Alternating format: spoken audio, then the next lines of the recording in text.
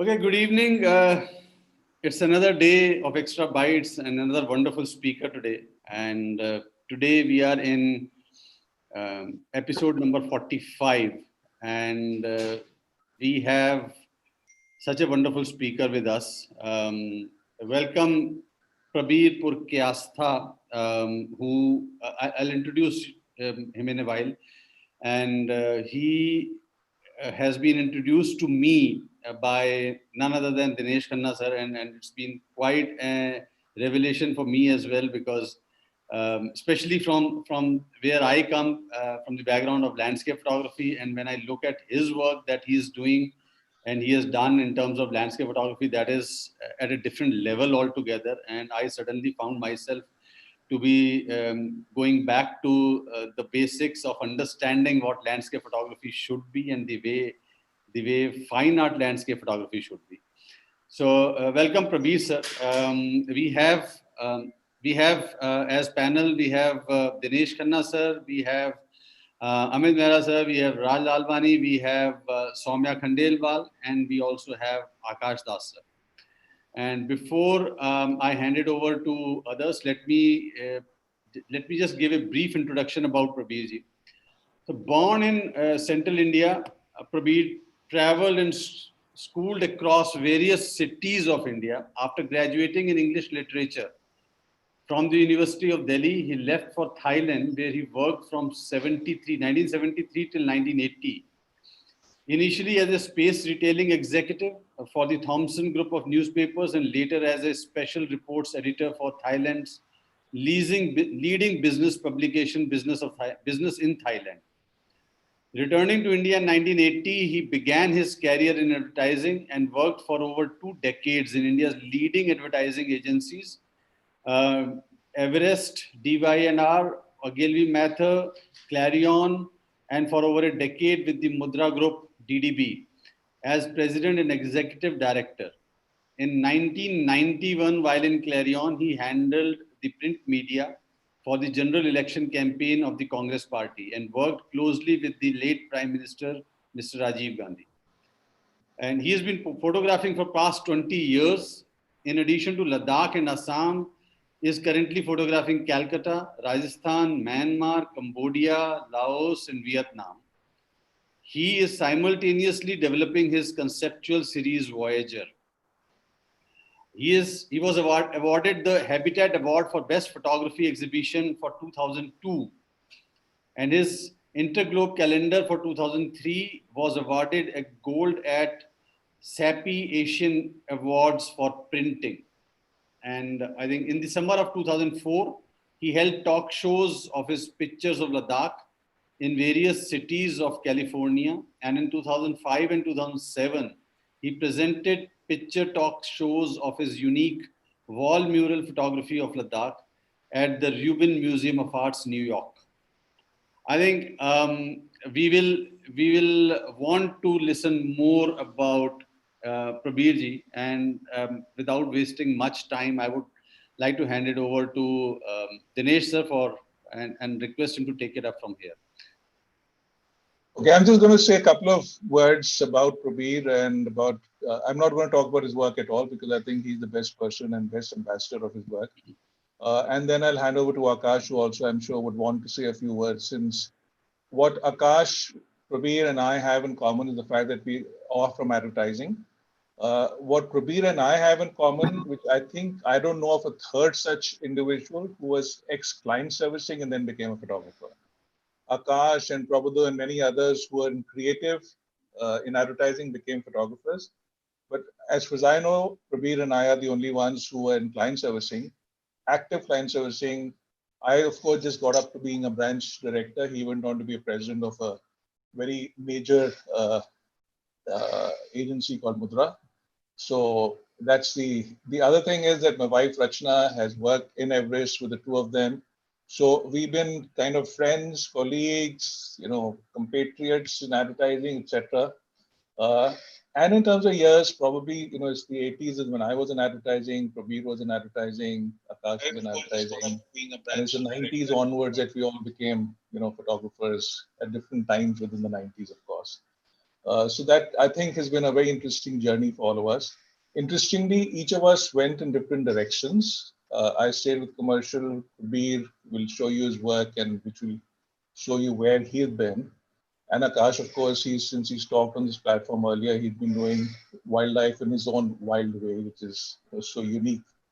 One more thing I want to say about Prabir and the kind of work he does, rather than just the work he does, is that it's very important. It's something which I realized many years ago when I was looking at work of people who do landscape and travel, and especially to areas and places which are extremely difficult to get to in terms of how to get there, in terms of accessibility. So whether they're high mountain ranges or whether they're deserts, or whether they're fast flowing rivers or in the ocean, or the conditions within such places. It's so great for all of us to look at lovely prints of Ladakh, snow in Ladakh, Ladakh in January.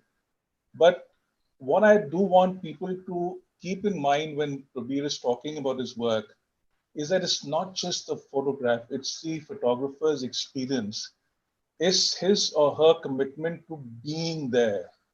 Imagine, and I don't think anyone of us can, because I don't think anyone else has been in minus 40 degrees Celsius in Ladakh on the chadar, all right, because they want to take a photograph. Just keep that in mind and then look at the man's work, then look at the man's commitment, and then think of what it means to be a photographer and to create this body of work. So that's all I want to say, and I will hand over to Akash now. Hello, everyone. It's a great pleasure for me to talk about Prabir because we have I know him from 1980s. We had so much of effort from work. We had so much of fun together. And, those days, fun is to mean something else, actually. So I saw Prabir as a very, very dedicated, client servicing person. You'd meet the top industrialists and politicians and other people. And I see the same seriousness, even more seriousness in his photography. I used to tell him that, look, he used to travel so much between Bombay, Delhi, Bangalore, New York, all those things. He used to be very busy, and we used to have Prabir would call, let's meet over drink weekend. I said, are you here? He said, yes. Then he'll cancel it last moment because he has to fly out somewhere. So I was cursing him one day. I said, look, Prabir, the day you actually retire, you'll be much more busier, actually. You'll have no time to learn exactly what happened. That guy goes for 60 days or 30 days to Ladakh, or from Ladakh, he disappears in, what you call Assam, and from Assam to Calcutta. And he comes back after 4 or 5 months. I mean, it's amazing. I used to tell other people, I always tell other people that, look, if you want to be a guy who is not proclaiming, as not a commercial photographer, but what is he getting out of it? He's devoting his life so much. If there is something called devotion, you have to learn from his life, actually. Really, truly, I mean it. In fact, I have taken a lot of times, little inspiration from how to push yourself. And saying about that, you will see his photographs, you'll know exactly what I mean, what he's reproducing. One is doing hard work, a laborer does it. But one is doing hard work with so much of passion. And if you very often say, I'm very passionate about it. But that passion is because I'm going to earn money from it, so I'm doing it dedicatedly. But passion without getting any initial, I mean, selfless work, I would say, and doing so much of hard work and looking after the family at the same time, it's really amazing.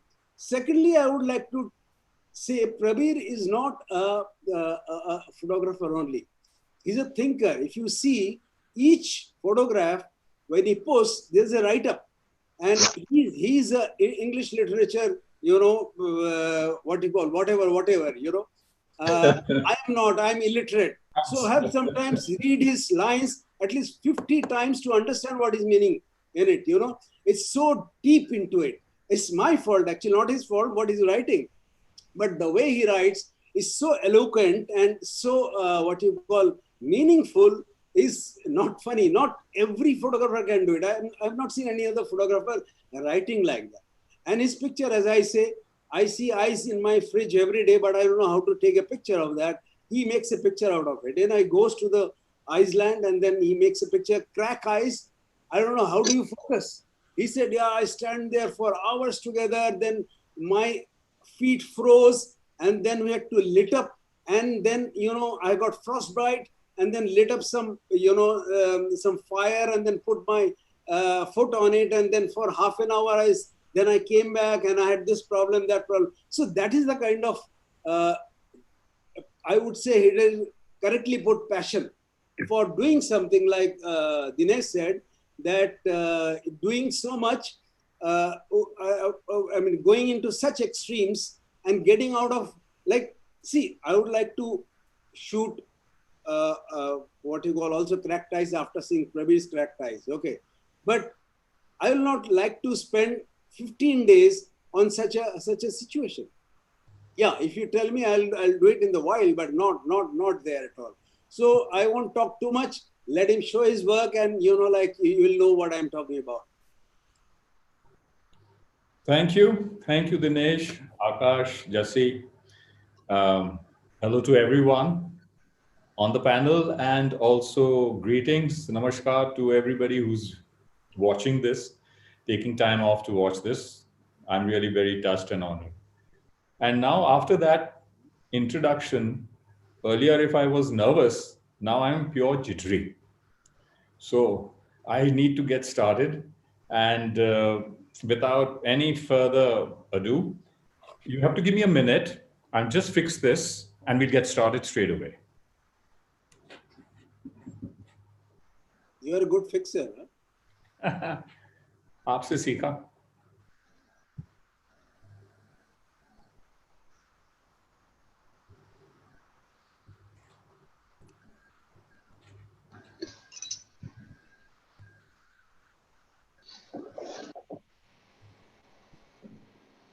In the meantime, I'll keep you entertained. Once Pravir calls up at night, he said, buddy, come to Bangalore tomorrow. And he was actually CEO of Mudra that time. Me and Prabhudo, we went to Bangalore, and he said, look, Brook Bond is my account, and they are launching a dirt bike. I said, dirt bike? I said, yes, the first time in India launching a dirt bike. Please, we said, both of us said that let us ride it first, then we'll do some advertising for it.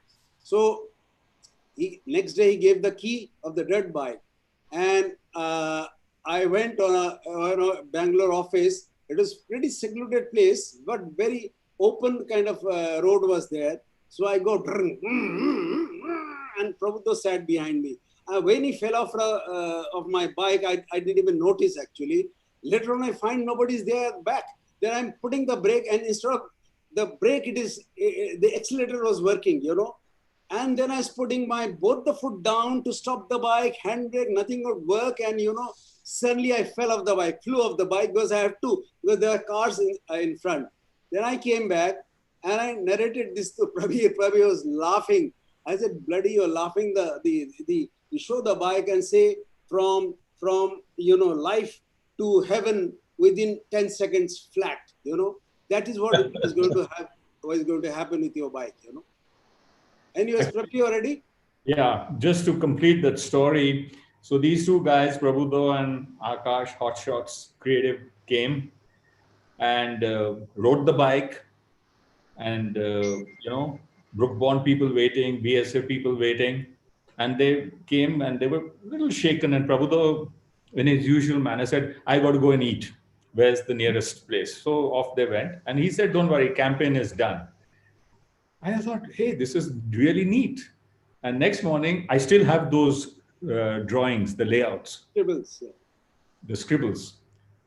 The headline was, because the whole concept of the bike was, 300 है 500 300 तो 100 रुपए अपने रख रहा होगा उसको और कह रहा अगर सुबह बोलोगे तो शाम को दे दूंगा. oh, Amit. So anyway, the concept of the whole campaign was freedom. And these two jokers come all the way from Delhi, ride the bike, fall off the bike, God alone knows do what else, and they put in front of me the campaign which says freedom from life itself. And they left.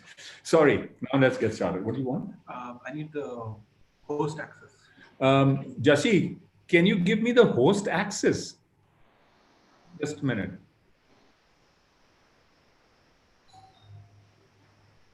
Yeah, that should allow you to see the screen differently.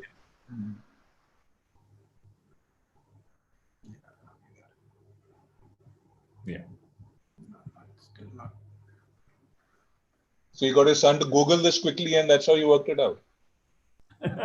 No, I'm still trying to. That's what I would do. Ask my daughter to get a Google kar de, you know.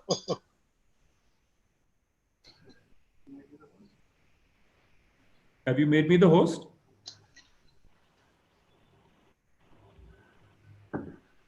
I think he has. I just saw that notification.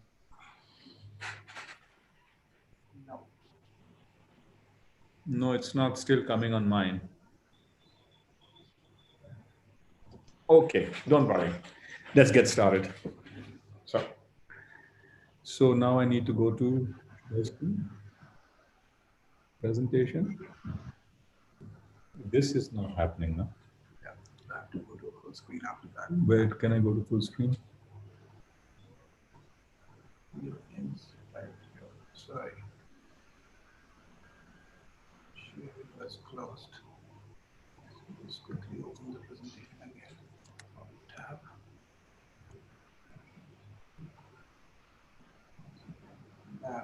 It's not coming. Thanks. Okay. Sorry about this delay and the mess, but I hope we'll sort of catch up as we go along. I'll come straight to the presentation. Questions can be asked as and when you want to, but I prefer that the questions be asked after each part. The presentation is, I've divided into 3 parts. The first part is my work in Assam. The second part is the work that I'm doing in Calcutta. And the third part is my work in Ladakh and a few other places, but it comes under one umbrella. So getting started. The reason I say architecture of photography stories, because I believe, and that's my platform on which I construct my work, you know, I put together everything, basis that one single principle that, like most of us, but certainly so much in my case, we are more than photographers. We are actually movie producers, silent movie producers. I'm a producer, director, cinematographer of silent movies. I don't look at it as one frame of still. I mean, all that is there. I'm not going to debate that. But the approach, the attitude, the narrative in my head, the focus is, you know, I'm just obsessed right from the beginning about the way movies were made. And I saw this parallel when I started first shooting, that this is what probably constitutes the heart of any visual medium. So, sorry.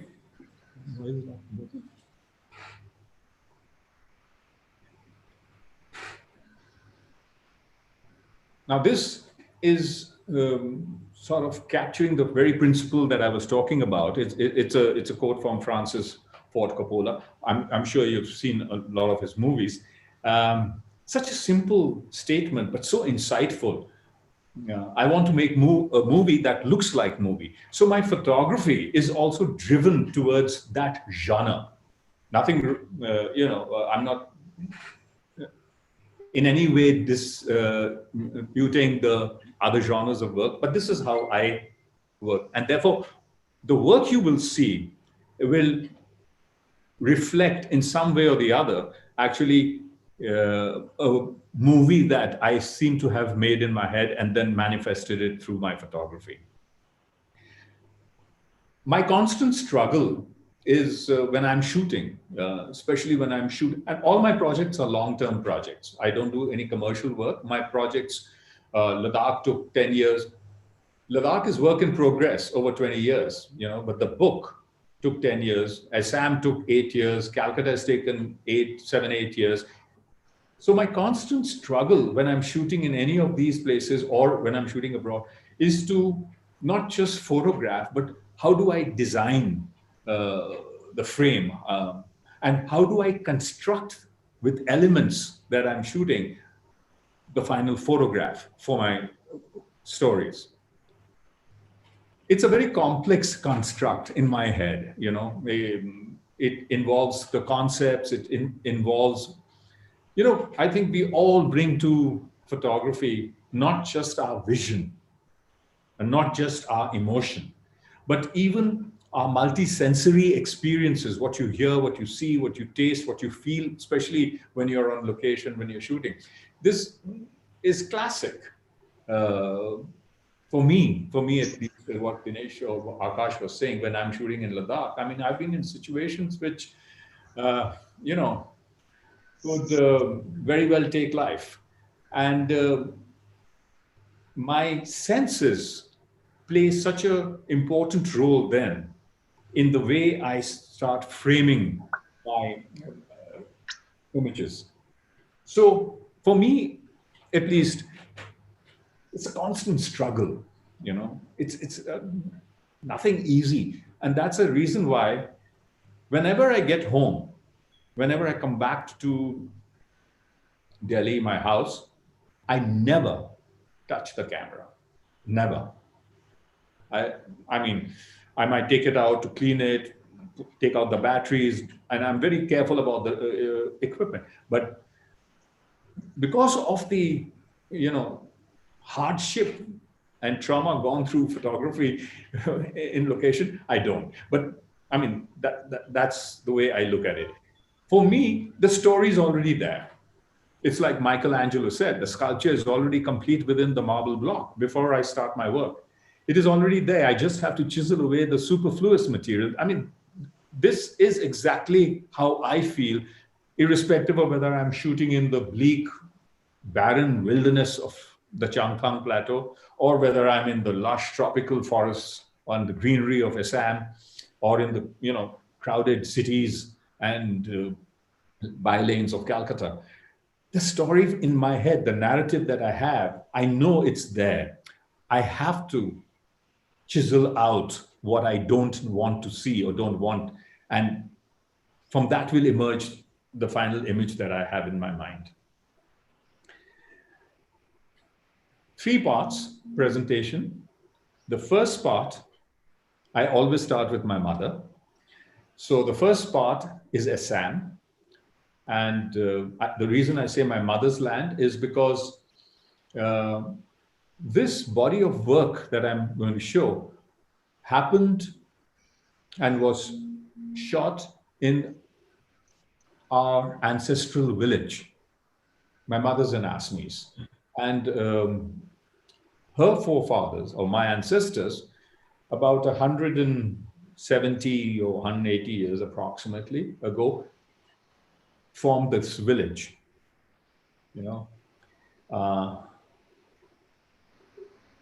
and it's the ancestral village. I went there in 2004 because my father died. He was in the village. He was staying in the village. And I had gone to the village after a very long time, after maybe only 30 odd years. And what struck me was the way of life which was now changing. And at the point when I started shooting Assam, I was up to my ears shooting Ladakh. So the genesis of this body of work, which deals with death, is actually in the bleakness, in the barren wilderness of Ladakh. And when I came into Assam and I saw this life, this cultural, historical way of life of this Assamese village slowly but surely fading away, I started getting this narrative in my head of what I wanted to do. And practically every village in the northeast and in the south of India has a water body that they call their own. It's a pond or a lake or a small stream, whatever it is. Similarly, my mother's village, incidentally, it's called Rampur, also had a water body. And it was a huge, huge water body. And I spent a lot of time, and as every year went by and I spent more time, I realized what was happening. And from that realization, started this work. The work is titled Architecture of the Departed. And in this narrative, what will run parallel to each other is both the art inputs of my work along with the crafting of those art inputs. Starting with this very first slide, which says, I talk to God, but the sky is empty. It's a very despairing lament, you know? I mean, how can the sky be empty? I mean, God is there, but please, metaphorically speaking. And as I go through the presentation, you will probably tap into this feeling, this emotion of despair and hopelessness, and finally, the parting of life. So the architecture for this body of work revolves around the extraordinary nature of death, which is that of dying, which is that of vanishing. Dagar Pukur, Death of a Water. That's the title. Now, Dagar Pukur translated means large lake, large body of water, large lake. And as I said, every village is associated or has this own pond. I remember when as a kid, I went there when I was, I think, 8 or 9, and I went with my granddad to the lake. You couldn't see the horizon. You know, the water was, I mean, the lake was that big. And I went subsequently so many decades later, and it was still a huge, huge lake, a huge. The irony of this work also is that Dagar Pukur, the lake, spiked in its fineness, in its life and everything, while I was there when I was shooting.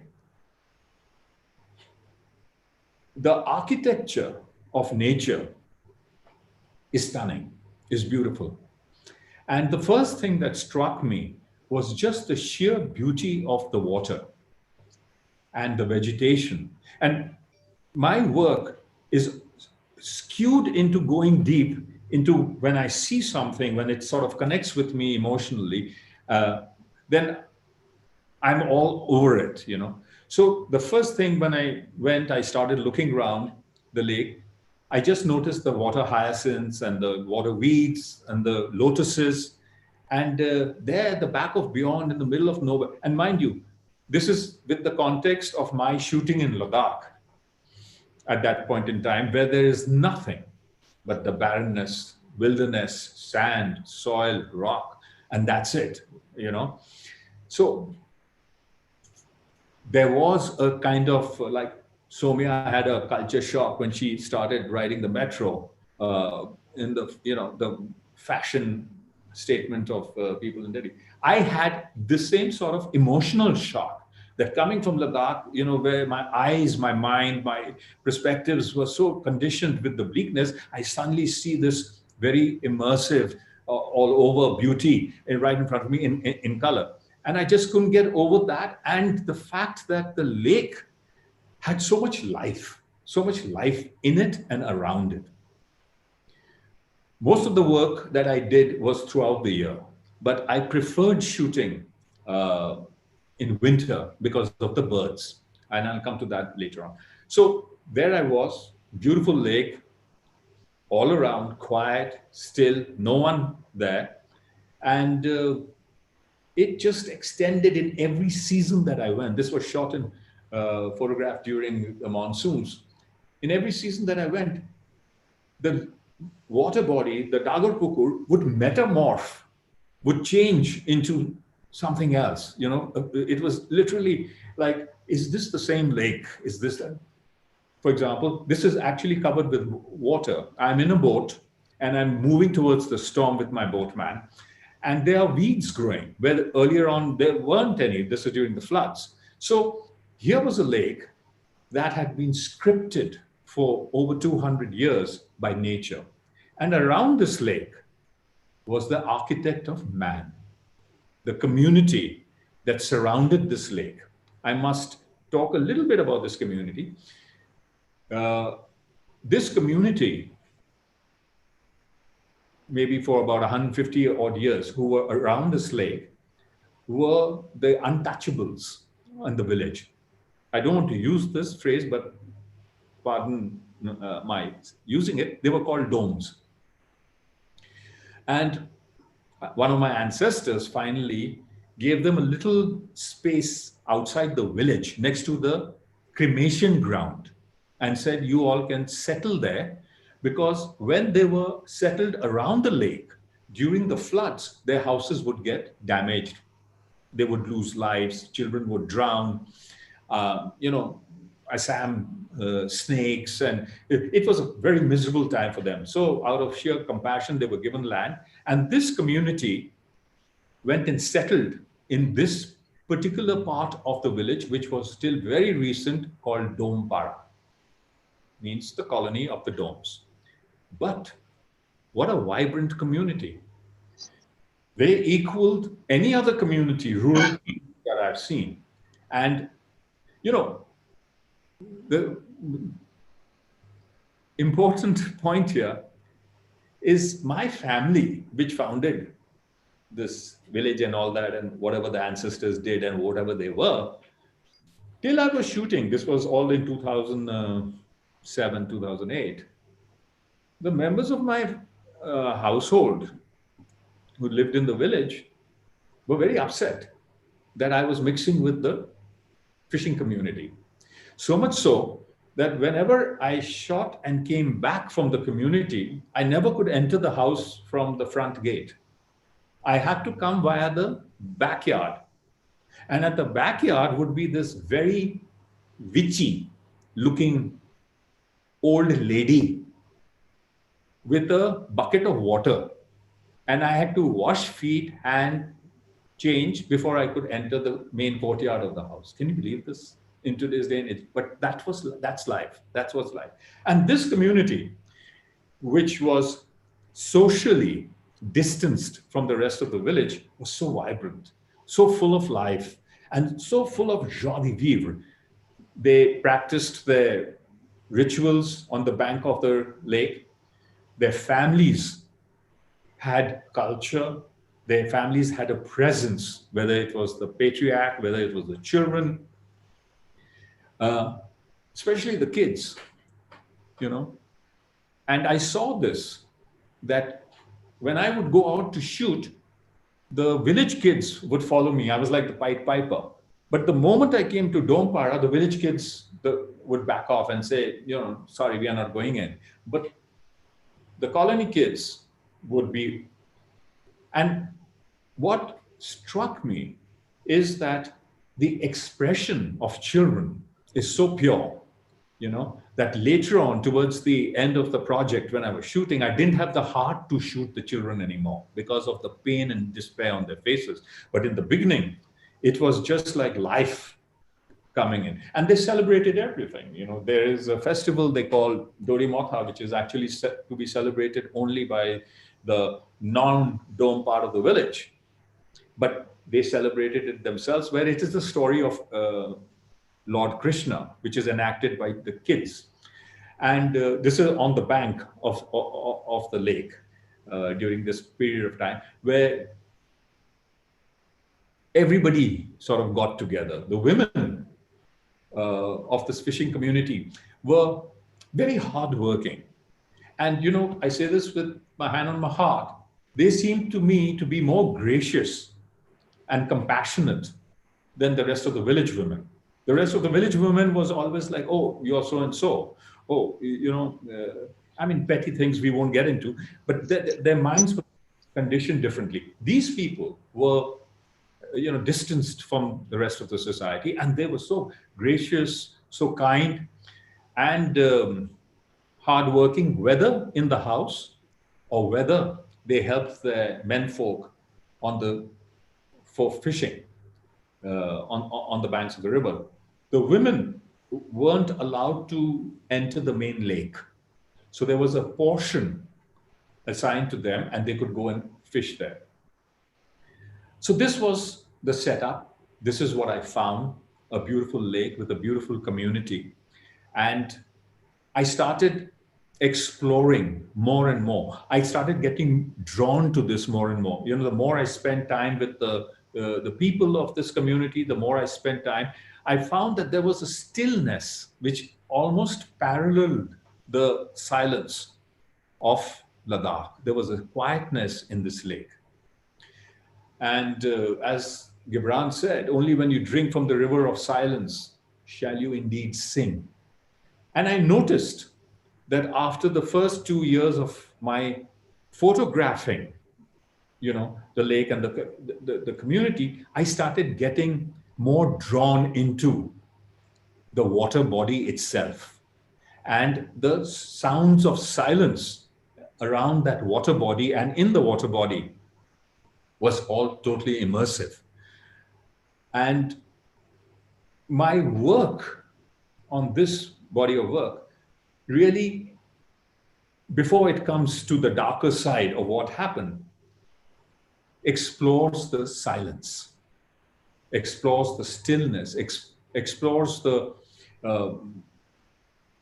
stoicness of this community, this multi-generational community, who had in their personality, in their poise, such regal look. And the strange thing is, this whole fishing community, the menfolk would come early in the morning. I would shoot or start shooting with them in the blue hour, not in the golden hour. The golden hour is just before sunrise. The blue hour is much before that, when it's dark, practically dark. And you're just getting a little, very, very little light, if at all. So they would come like silent ghosts walking across the marsh with their nets and their, paraphernalia to catch fish. And everybody would be quiet. It's amazing. A huge group of people walking from their colony into this. The only thing would be that they would be either humming or singing very softly the songs. And I asked Das, my boatman, Das, I said, why is this? He said, we don't want to disturb the silence. The dawn is the holiest hour for a lot of people in their belief. So he said, when we walk towards the lake, we are now coming. It is a holy place for us. It's a sacred water. So we don't want to disturb the silence. And that sort of, got into my narrative completely. And it's these little things that you pick up when you start shooting, and you realize that, how you can embellish, how you can heighten the appeal of your imagery by including this. So the silence, or literally the songs of silence that permeated through this lake in these early years is what I was more than keen. And here, at that point, I was shooting Ladakh and blah, blah, blah. And here is something I picked up from Akash.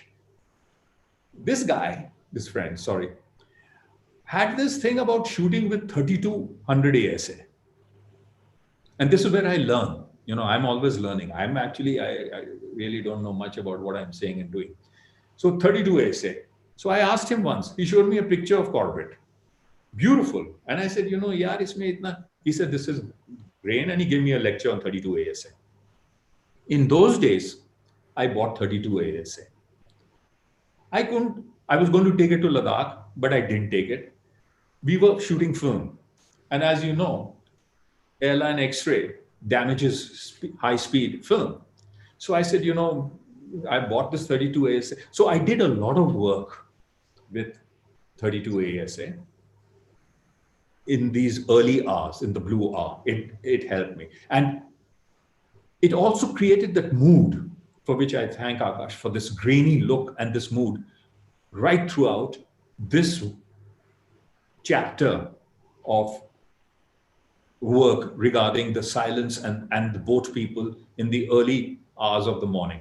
This became important preamble to what would follow later on. Different type of fishing apparatus, different people, all friends. And the lake, you will notice, was never more than waist high. The water in the lake was never more than waist high. So a lot of them on the boat, a lot of them wading through. And as I said, Das, my boatman, and I would just glide, you know. And it came to a point where I didn't have to talk to Das. I would just indicate with a shrug of a shoulder which side I wanted him. And these are very narrow boats, you know, they can actually float on even 8-inch of water. So he would glide the boat and we would sort of weave in and out of the fishing people. I wanted my architecture of Dagarpukur to be both emotional and contemplative.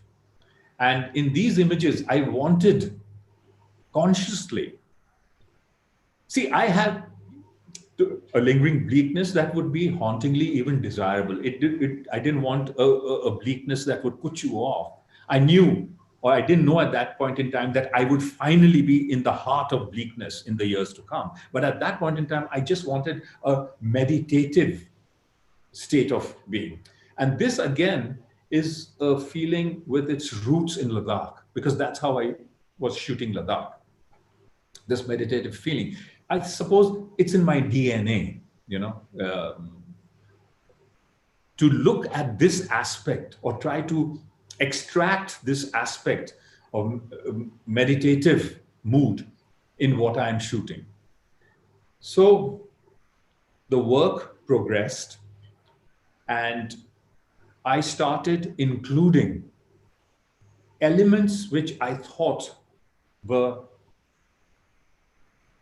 important and essential, more than important, were essential to complete the imagery of the lake in its vibrancy, as well as in its selfless supporting of a community for such a long period of time. And sure, I was shooting at such a time of day that I managed to capture the mood of that lake in the early hours. A lot of these pictures that you're seeing have been shot during winter, mainly because of the migratory birds. In those days, there was no digital. You couldn't shoot, and I think Amit was saying yesterday that what he does is he tells his students to tape the backside of the digital camera so that they feel they're shooting like film. In those days, we didn't have anything, right? We had just film. So you shot and you just prayed and hoped that SV wouldn't muck up the processing and you would get your thing. But it happened. Later on, I had to work on the images quite a bit. I had to sort of scan them and work on them. But the DNA of the imagery remained. And a series of work on the lake along with the boatman and the bird. You would notice in every frame there is the presence of the bird, of a bird. You know, so it's another perspective of life of this lake. And these are migratory birds, and they came back every year. So I wanted the images to have a certain texture, almost be tactile, so that the viewer could visually feel my images and rather than just see them. Again, this is, you know, my own experience, my own reading, my own learning, my own interest in this medium. I'm a movie buff, and to me, the movie is important, but I always go back and listen to the interviews of the director, the cinematographer, the photographer, as how they shot, how they lit, what mood did they want. I mean, there's so much learning, you know, and you just realize how little you know when you just go out, unless, you know, you have this. So I also wanted to create pictures that would have a certain grain to them, that you could feel, that you could, you know, almost touch. And the experiential reality that I was filming, I wanted it to be the same for the viewer. And hence all the technical aspects, which I won't get into because it takes just too much time. But let the pictures speak for themselves, that there was this feeling of having a physical self to it, which could almost be, you know, felt. Went on, shot, and as I was progressing shooting, I realized, and it was first at the back of my mind, that maybe I made a mistake. Something was not quite right with the water body. Every year, after the third year that I started, third or fourth year, I found that the size of the lake had shrunk. And I saw less people, and I would ask the villagers, and a lot of them wouldn't know, wouldn't bother. And they would say, no, you know, some problem. But I sensed it, that there was something wrong in this water body that I was shooting. I saw, and these are little things you notice when you shoot, and if you are really involved in your creativity, in your creation, you look for signs. You know, like when I'm shooting in Ladakh now, I always look up at the mountaintop summit. And you know what I'm looking for? Nobody notices. I'm actually looking for wildlife. The deer in Ladakh on mountains tells me where water is, you know. So let's not get into that. So I suddenly noticed that a lot of foliage was appearing in the water.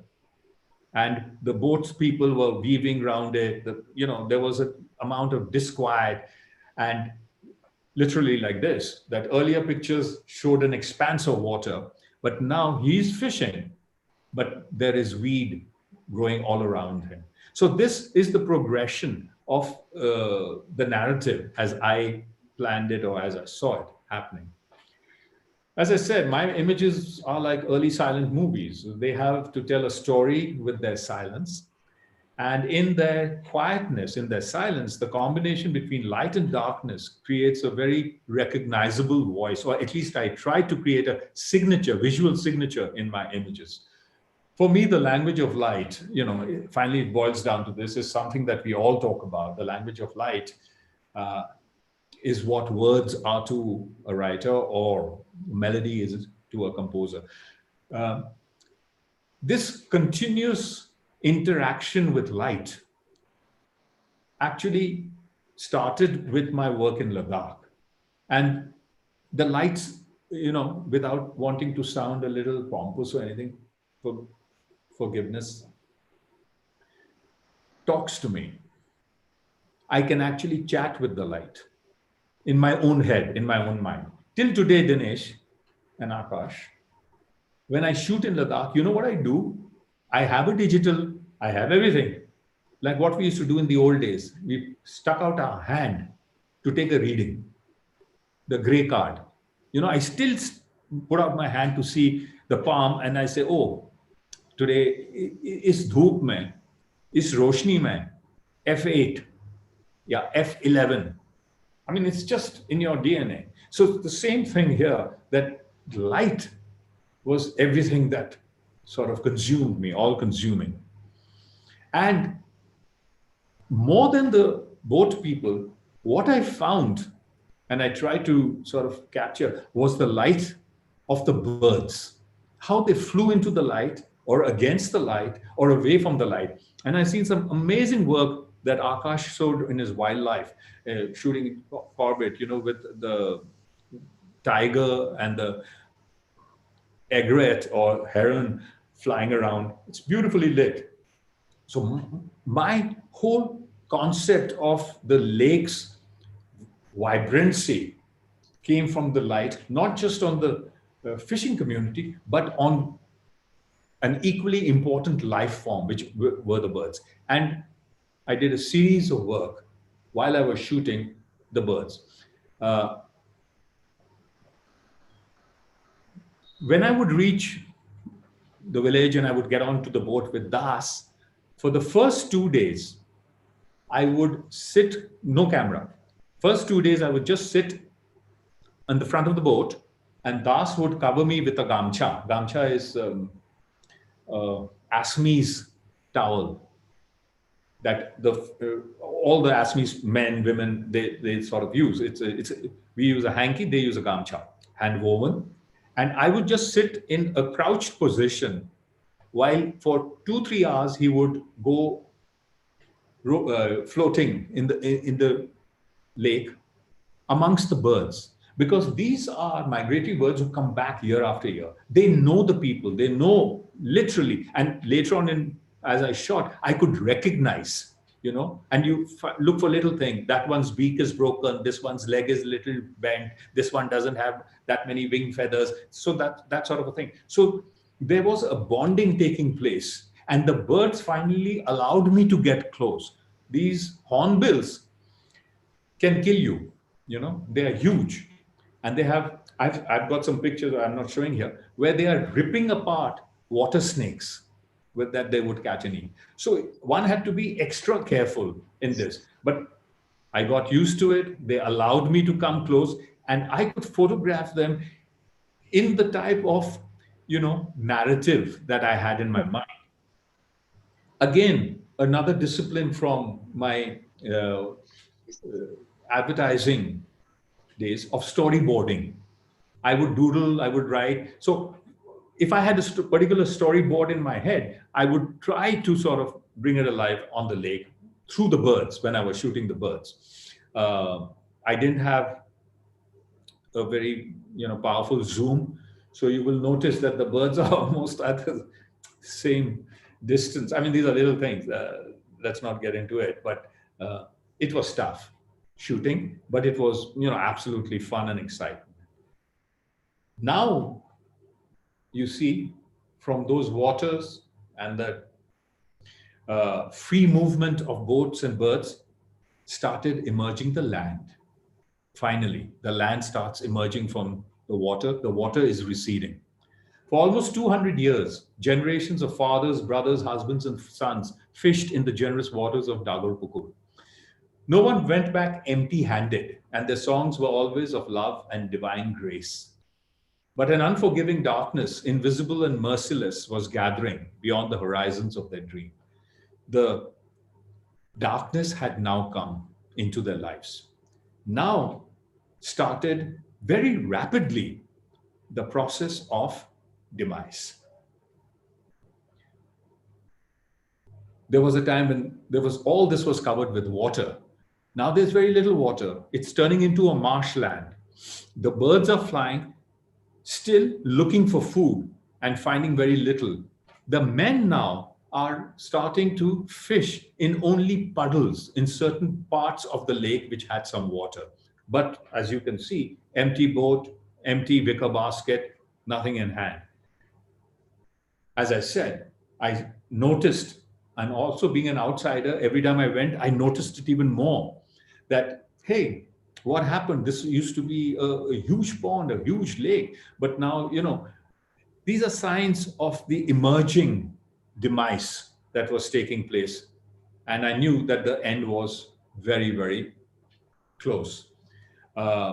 It's very difficult to compress this into a capsule of a presentation in the sense, because it has its own pace, it has its own,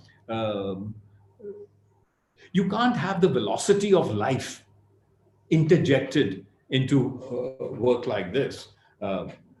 It had its own rhythm, but now I could see that the rhythm had slowed down to a point where, again, the point I was making, that now there was, if you see this particular picture on the top, he's pulled out his fishing wicker basket, but it's full of mud. There's no fish.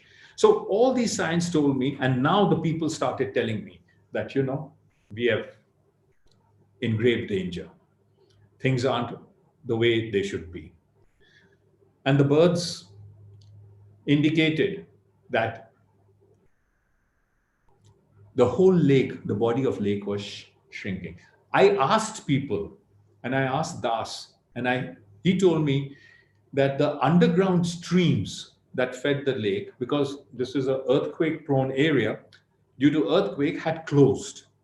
One. So there was no natural flow of water. The second thing is a lot of construction was taking place around the village. So roads were being built, and because of flooding, the roads had to be built on high banks. So the banks were made, and that stopped the streams, the rivulets from Brahmaputra feeding the lake. And finally, they also had some, not too good rains. Everything combined started to make the lake disappear. And it's amazing. The first people to notice this were the women. Like mysterious clairvoyants, the women had seen the approaching darkness, had sensed the demise of Dagar's life-sustaining water. And the ancient songs of love and joy were soon to become wails of sorrow and pain. When I went to the community, I would sit, they would still invite me to have a cup of tea, or have a meal. And while talking to them, the women invariably would start shedding tears. And they knew, I don't know, it's just an instinct they are born with, probably, that they knew that this was over. And also because I saw them now in a totally different avatar. They were, turning so much more towards religion, religious festivals. They were almost like asking for divine help. Now, this is, again, one of the religious festivals they have. And a lot of them, who otherwise wouldn't do it, started going to the market to sell. They didn't have much land around their houses. So they would, breed pigeons. And pigeon meat is a delicacy and is expensive. And in winter, it's a much sought after meat because the meat, they say, is a warm meat. So if you consume it, you are free from bronchitis and blah, blah, blah. And they had which they had never done. And I started noticing, and I would go to the heart, and I know this particular lady quite well. Her husband is a fishing folk, and she would say, we have no alternative, but we are here. And the sad part was now the women started going out to fish across the little water that was left. There was no anymore, you can only go to the demarked area. They would start fishing, hoping to catch something, not to sell like earlier on, but for their own home, for their own consumption. And it was sad. These three ladies walking on land, which was first, covered with water. They wouldn't even have to do this. But look at the poise, the grace. I mean, even in the moment of darkness, there is so much of a regal carriage in them, you know. There's so much of personality. So the women, really the strong, and in the villages, at least in Assam, women are the ones who really are the people who run the house and take care of everything. Now, when I saw this, a year later, when I went, the lake had started vanishing. There was not much left. And I thought to myself, I said, I am witnessing death.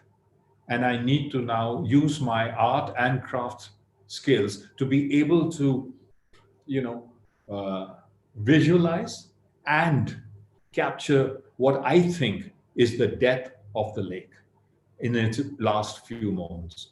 The boats abandoned, uncared for, sinking, sunk.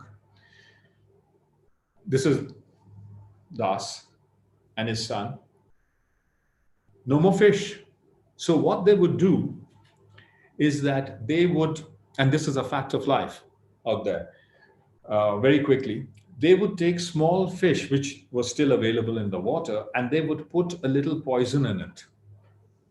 It's a fact. I mean, there's no other way I can explain this. And they would throw this fish, the small fish with poison in them, at the birds. The birds would eat, fly a little distance, and fall. That is what they would take, immediately cut the gullet, take out the poison, and that's what they consumed. And the children helped fathers. I mean, this is in my own boat of Das's, where one such bird was. So there was death now shouldering death, and still people were living, still a community was thriving. And the birds stopped coming. The migratory birds found no more food, no more water, and it's like they won't arrive anymore. The people, the community that was vibrant, that I showed you right in the beginning, the first slide, which was so vibrant, was now completely listless. They didn't know what to do. So they turned into laborers. And their only source of income was to dig the mud, which is very rich clay, and sell it or take it to the next village where people use it for construction. I mean, picture of complete despair, hopelessness, with just the one solitary bird now keeping company. As I said, there was nothing there, nothing. There's just images of bleakness and sadness. Finally, this huge lake that extended from horizon to horizon was a small puddle, and that was it. And their dreams were all broken. They suffered a wound, as I said, that never show on the body, that are deeper and more hurtful than anything that bleeds, because this was now killing them emotionally. It was all broken dreams. The lake, I've used some pictures to amplify the point, had dried up. So the small fish that I talked about earlier on was bought mainly for the house consumption. This basket that he's holding was once upon a time would have been full of fish, large fish. Now he's holding a small little tiddly in one hand, and that's the end. That's over. And the children, even in this time of Corona, do you know that bat meat is a delicacy in the Northeast? These are Das's kids. And one day they told me, there's no point going out. It's all marshland, but see what we have done. And what they had done is they had spread a mosquito net on a banana tree. And at night, when these huge bats come to feed, they get entangled in it. They catch it and they eat it. So then now the children, whose earlier picture I showed you, so full of life and, smile and happiness, turn grim and sullen and are like literally signposts of despair and hopelessness. There's nothing left. The lake had dried up, everything was over, and the children found that the end was all around them. My images in Dagarpukur evolved across the lake's final 3 years that I shot there. The image architecture, as you might have noticed, metamorphed from pearly softness, the earlier ones, into very grim severity. These images journey through the narrative from clear pictures, as you've seen, into a dark and dark palette. And finally, it came to the darkest hour. Lake was over, community disbanded, the men folk started looking for jobs as laborers and cleaners in the city. The women folk had nothing to do except to, wait till the men folk came. And I shot this part, this last part, without showing faces. This is my own narrative and my own treatment in expressing the hopelessness and grief from the back part of people. Body language at the time of emotional distress is in my opinion, is the strongest visual indicator of mental distress. And all the images thereafter that I shot only show people walking away. Das and his son, that's the boat I used to shoot in, nothing left. Again, early misty morning, dying lake, people leaving homes. You have migrant workers like today, and they are going off to the city to look for. And as I said, this treatment that I would not show faces, certainly, in my opinion, sort of helped my narrative to a very personal conclusion, because it finally showed that there was nothing. It was over, and the act of dying was complete. This is one of the boatmen. His house is gone, thatch roof is gone, everything is deserted, and he is sort of walking out into the distance. There was a lake here once, a very big lake with lots of people and a thriving community and, fish for the village. Now there is nothing but just a bamboo construction of a post, of a shed, like a machan, to see who's gone or who's come, who's over and done with. I tried in my own way to halt death and time. I could do neither. But technology is such, photography is such that you can, for a very brief moment, stop time. And this stoppage of time was essential for me to have put this work together and to be able to share it. Dagur Pukur was a heartbeat, a fleeting moment to witness the extraordinary nature of death and of precious life vanishing. And I think when I speak to myself that my images are simply architectures of their disappearance. Thank you. Any questions, or can I move on? No questions? It can't be that bad. Okay, let's move on.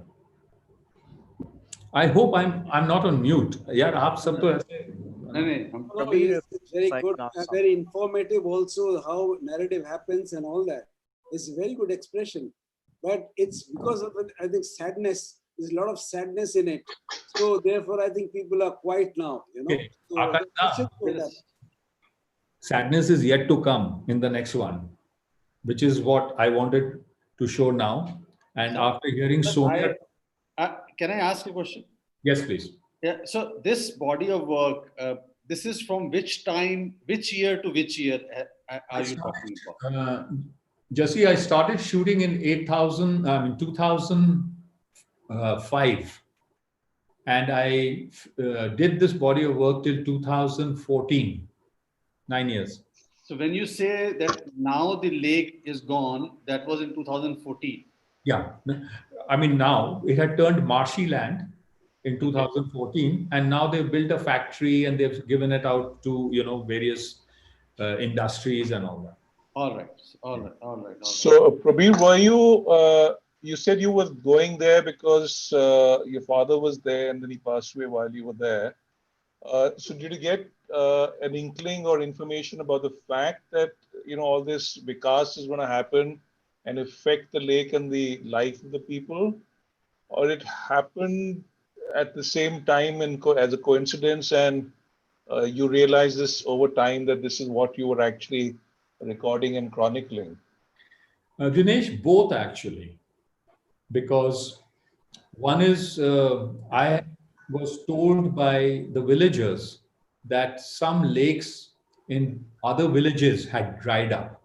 Okay. So I already knew about it.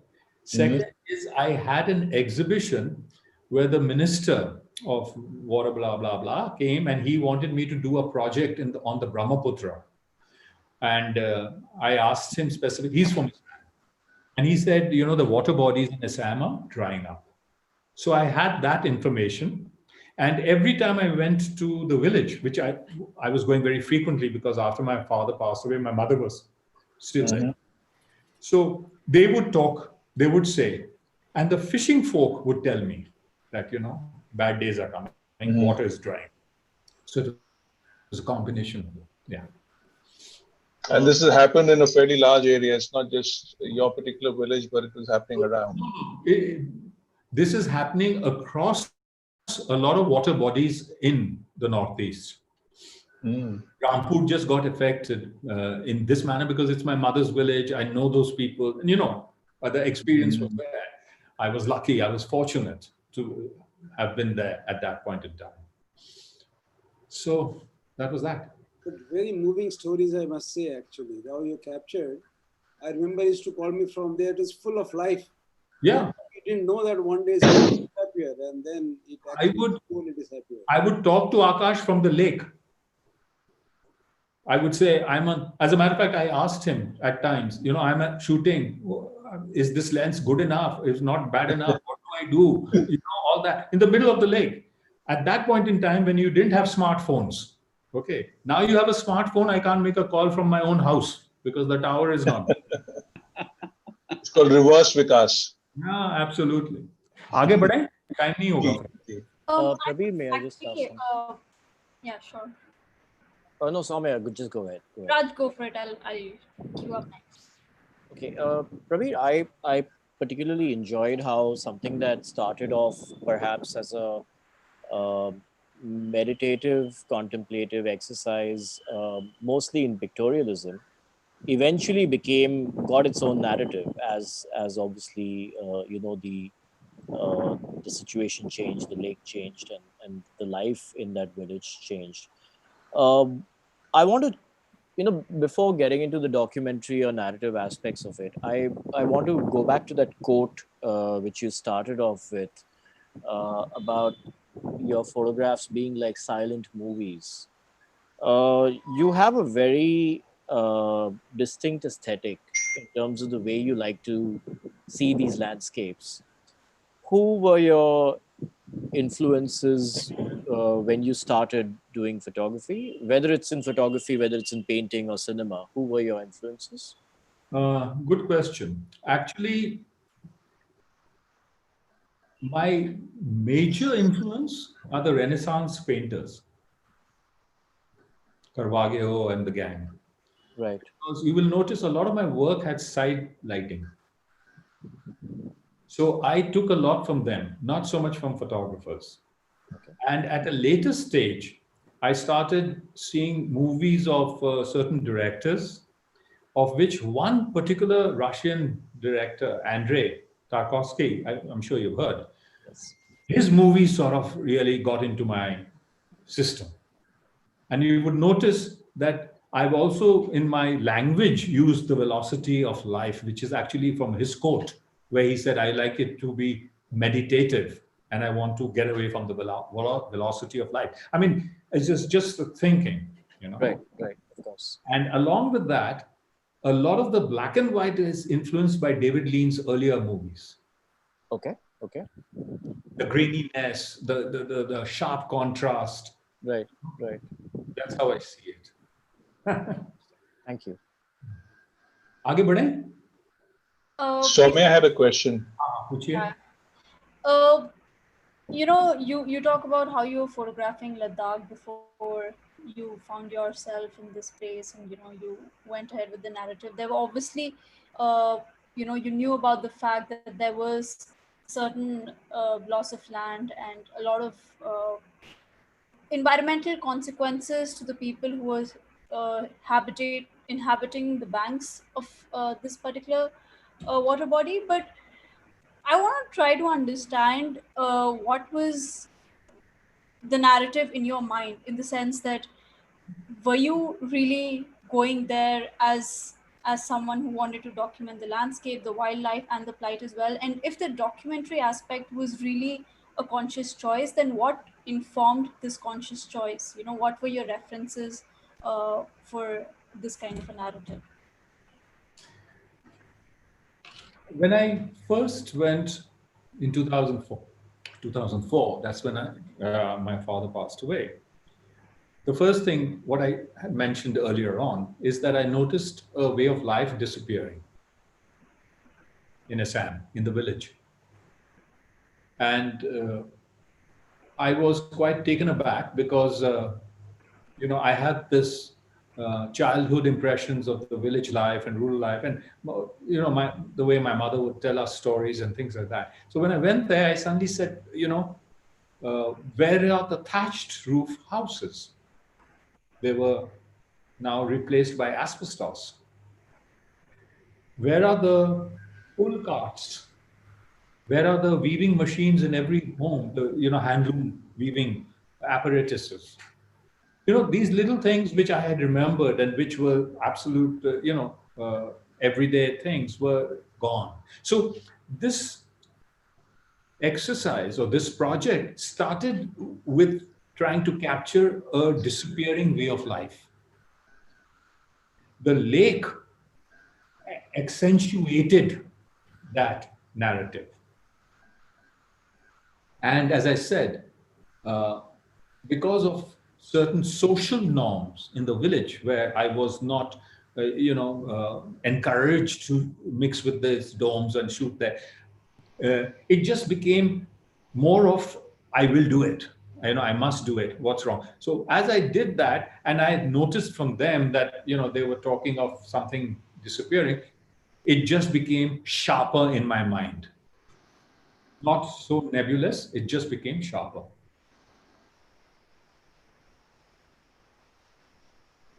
Where's Soumya? She's gone. I don't know, she seems to have... Yeah, didn't like what I said. So can we move on? Yeah, sure. Because there's not much time. I'm seeing that, Achha, now I've got two more parts. How are we doing for time? Should I skip one completely or should I show it nonetheless? I think continue, sir. Okay. Okay. But I'll do it fast. The second part is what I was referring to Soumya's part. Is the first part was about the architecture of the act of dying.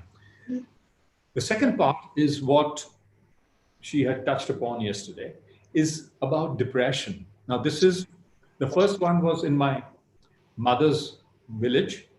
Now I'm coming to the second part. Depression is a common mental disorder, as we all know. Globally, more than 300 million, close to 300 million of people of all ages suffer from depression.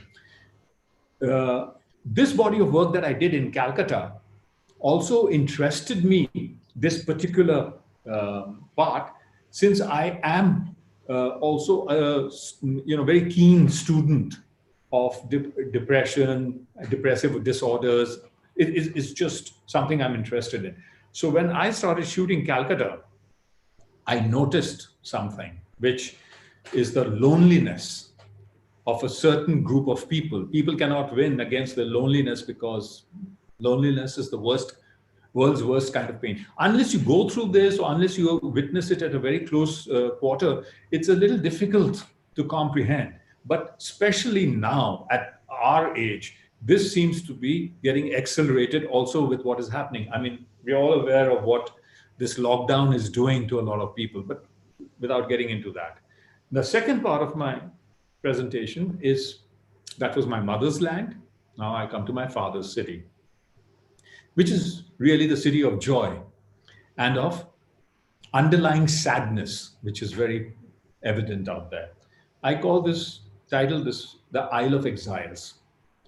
I started shooting My architecture for storytelling through this photography is similar to writing. Literature is the art of discovering something extraordinary about ordinary people and saying with ordinary words something extraordinary. This is from Boris Pasternak, as you know, the Russian writer, Dr. Zhivago and things like that.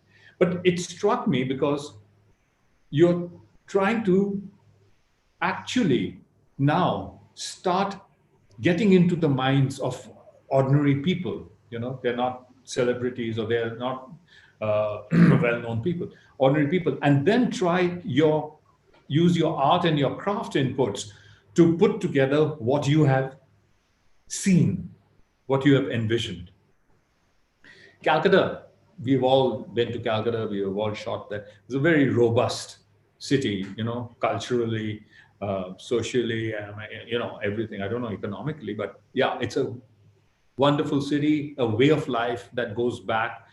There is a certain charm, there's a certain oldness, there is a certain rhythm in the city which gets to you, irrespective of, you know, which by-lanes you're walking or which part of the city you are in. There is always a vignette of age gone by that you will witness wherever, in whichever form. So I'm going a little fast on this because I need to get to the main body of presentation.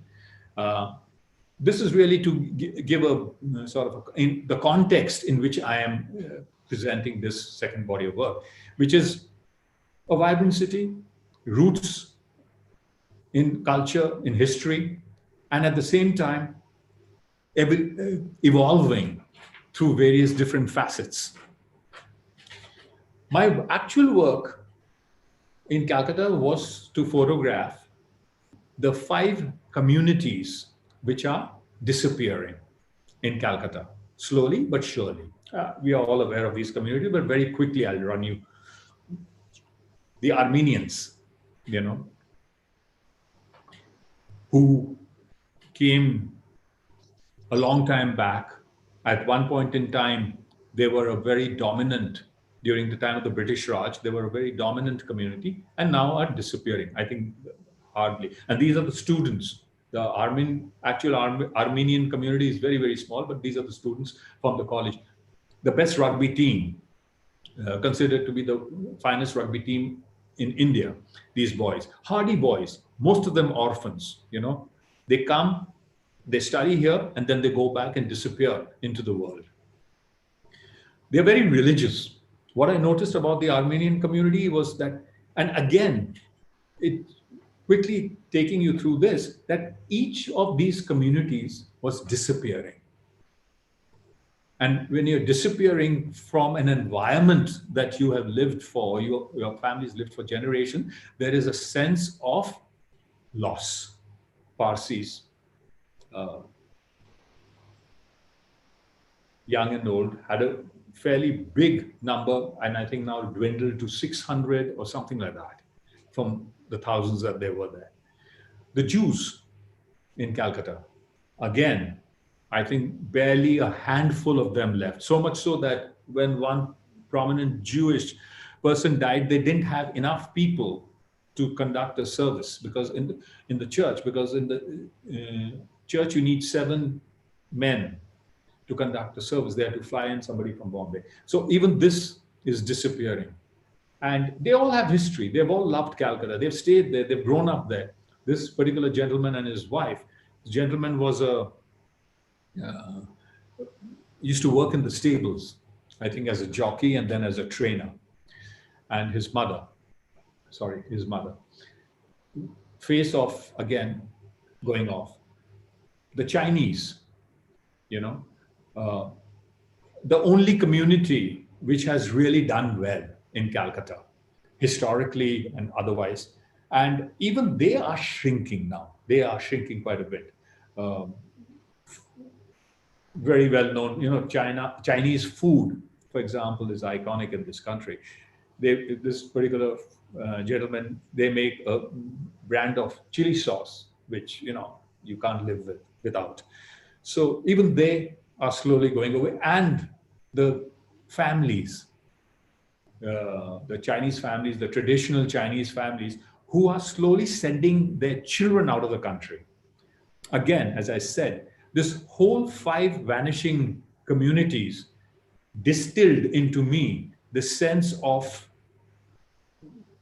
loneliness, of despair, of not, and strangely, the most hostile community towards Indians, towards Indian, Anglo-Indians. I got thrown out of homes, I got yelled, abused, this, that, all that thing.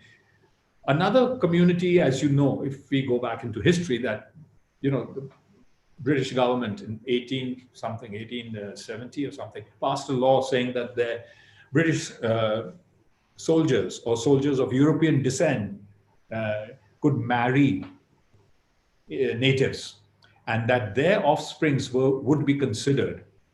This was to build a force to service the empire, the British Empire, the Raj. And these Anglo-Indians, at the time of partition, they were given an option to settle in any Commonwealth country or carry on in India. I don't know how many of you have had this experience, that in the early 50s, and they were a very respected community. The highest posts in railways, bureaucrats were all Anglo-Indians. I still remember when I was in Clarion and I got, I had to look after the Calcutta office. This was in 91, I think, 91, 92. I insisted that I'll have an Anglo-Indian secretary because they were so efficient. This whole community now is starting to vanish. And currently, most of these youngsters are working in call centers with a lot of bitterness and resentment towards us and this country. So this is June Robinson, I think, the mother and the 2 daughters who are beauticians in Calcutta, very well known. And, even them, I think one of them migrated to Australia. While shooting this community, I sensed this sense of despair, the sense of loneliness, this wanting to get away, the hopelessness of this. And at that point in time, I had started photographing the old buildings and the colonial structures of Calcutta. That was the show in 2014 that I had in New York, which was Stories in Stone of Calcutta's colonial structures. So while photographing those structures, old palaces, old bagan badis, villas, I met the caretakers or the people who are living in those old mansions. And the thing that struck me is that without exception, they were sunk in depression and in the loneliness of what they were doing. A lot of them had been isolated by family because there was litigation going on and their family had disbanded. A lot of them were old, infirm, couldn't look after themselves, but had this, huge ancestral property, didn't want to part with it because of pride the stories I have, it's numerous. But the fact is, the essence of it, the soul of it, was a lot of them, or most of them practically, had this feeling of complete isolation and loneliness. And this amongst people who were elderly, 60, 70, 80. So the Isle of Exiles is really my visual narrative for some of Calcutta's age-old structures and the lonely custodians, both of which, the buildings as well as the people looking after them, are now sadly disappearing from the pages of history and from memory itself. What I wanted to do in parallel to shooting the vanishing communities, I wanted to create memory pieces of what I was witnessing. I was seeing, I was steered by the compass of my emotional intuition. More emotionally involved. The more I gazed at this vast human canvas, the more I could feel in me a story sort of germinating, a story coming out. And I thought to myself at that point in time itself, when I shot the old, I know what I want to do, but how am I going to do it? How will I be able to not just look at these people, but get into their minds and feel their emotion and be able to, then translate it into images? I started with the buildings. Can you believe this? On the outskirts of Calcutta. It's actually a palace. The Marble Palace, as you know, that family, the person who built it actually wanted to buy the Palace of Versailles in France. But I think he was politely refused. So he said, not to worry, I'll build it in Cal. And he built it. So these old homes and palaces and bagan baris and villas that I shot, Indigo Planters bungalow from the British time, over almost 120 years old. They started sort of, germinating the seed of the work that I wanted to do. This is one Rani, what is this lady's name? Very famous from Calcutta, Rani someone. Her palace on the outskirts, which is now taken over by Bihari taxi drivers. They have taken, and there's litigation, and I was speaking to some of them. They said, nobody can throw us out. This is ours. A lot of, conflict, a lot of litigation, a lot of falling to pieces, a lot of damages, and people living in them, people actually living out their last few years of their lives in them.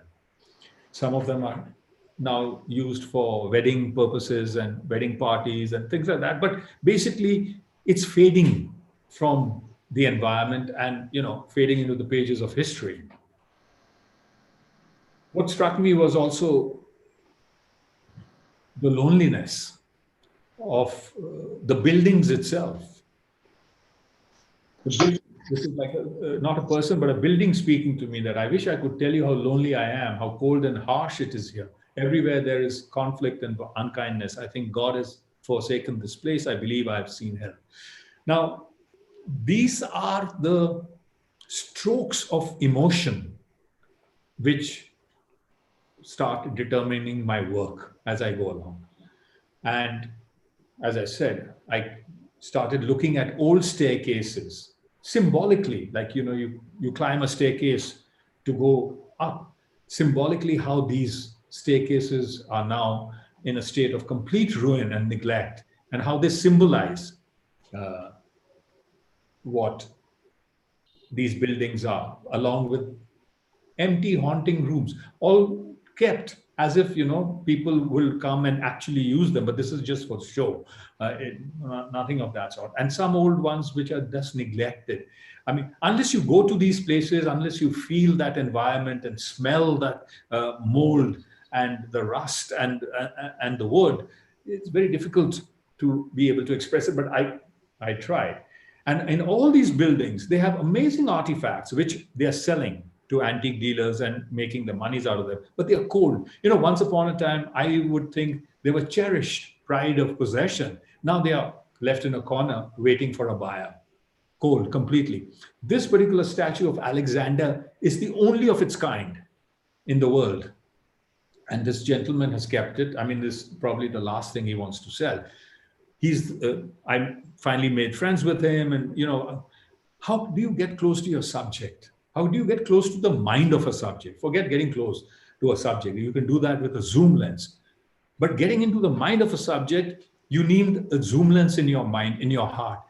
And it took me many visits to this place without taking any pictures before that man sort of opened up. The old caretaker, owner of this place, opened up, and I shot him. And here there were no luxury of multiple takes, like when you're shooting a movie or else, or shooting in a studio, no rehearsals. The whole process of imaging had to be seamless.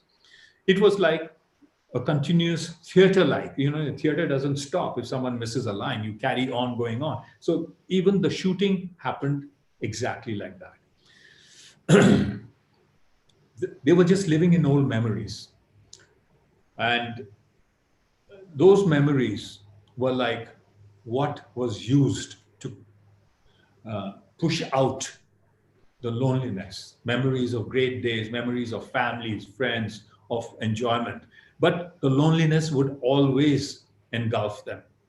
I followed this gentleman for this body of work. I said, I must, spend time with him. And as he wandered in around his house, and he allowed me to sort of follow him, I started noticing the moments where he would sort of pause and, something would come over him and he would be lost in another world. Obviously, he was sort of reminiscing the times. So this whole body of work talks about this loneliness, which is now their constant companions. And it was strange that in this huge house, you will just find one person or two person. And I asked him, I said, aren't you afraid, in Bengali, of ghosts? And they said, no, what ghosts? We are the ghosts. I mean, amazing.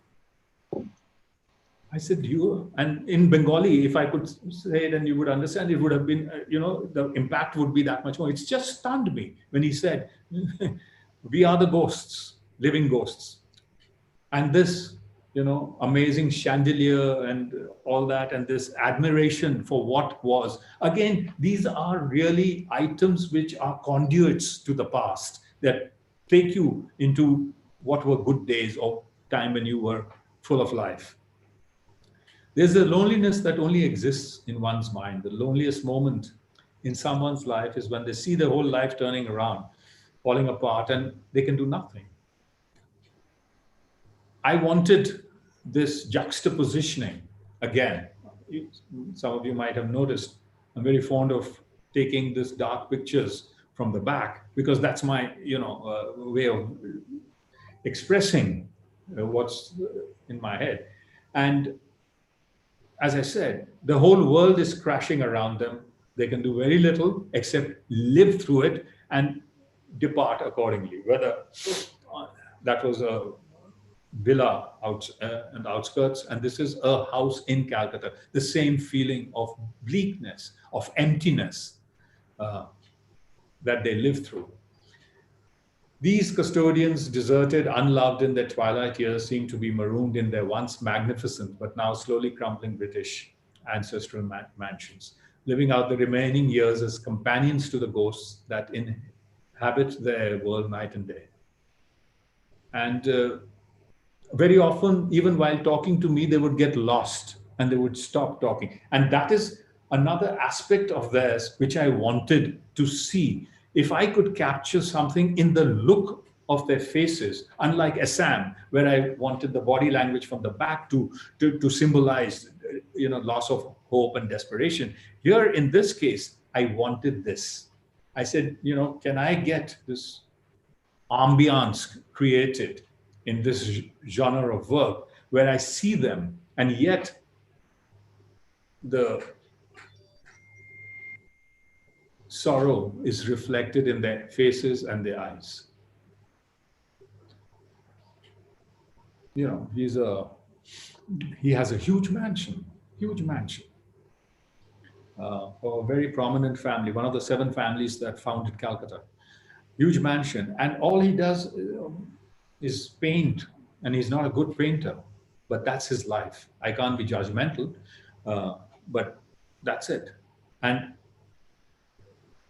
it is all about trying to relive another emotion. In this case, it was about love. Another musician in a part of Calcutta, a broken down mansion. This is a quote from Jack Gilbert's poet. I dream of lost vocabularies that might express some of what we no longer can. I mean, this is also, in essence, my own approach to my architecture in photography, that I try, these are languages, these are visual languages which are lost, which we have probably forgotten. And in order to express, so I wish I had more of these visual languages to express this loneliness, this moment of isolation and darkness, and this moment of extreme longing with which they live. This is the Isle of Exiles. So that's it, as far as this part is concerned. And I would like to say one thing which I noticed in your Assam. Akash, can't hear you. You need to. Can you come closer to your mic, please? Close. We can hear, but it is very faint. So very muffled. So just get the mic closer to you. Just get close to your system. Yeah. It's iMac. Can you hear me now? Yeah. That's better. Yeah. Okay. Now, what I noticed actually is more technical terms that you showed us earlier, that whole body of work in Assam and then came to Calcutta. Those are two different photographic approach.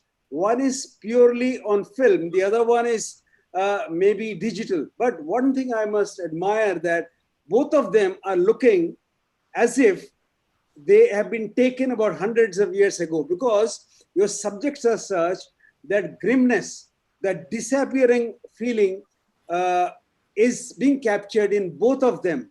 The kind of look you have given, the kind of, it look more or less, it looks like is not done by a photographer, is done by the time itself. You know, the pictures are taken. So is that your conscious effort? oh yes, certainly. I labor over these images.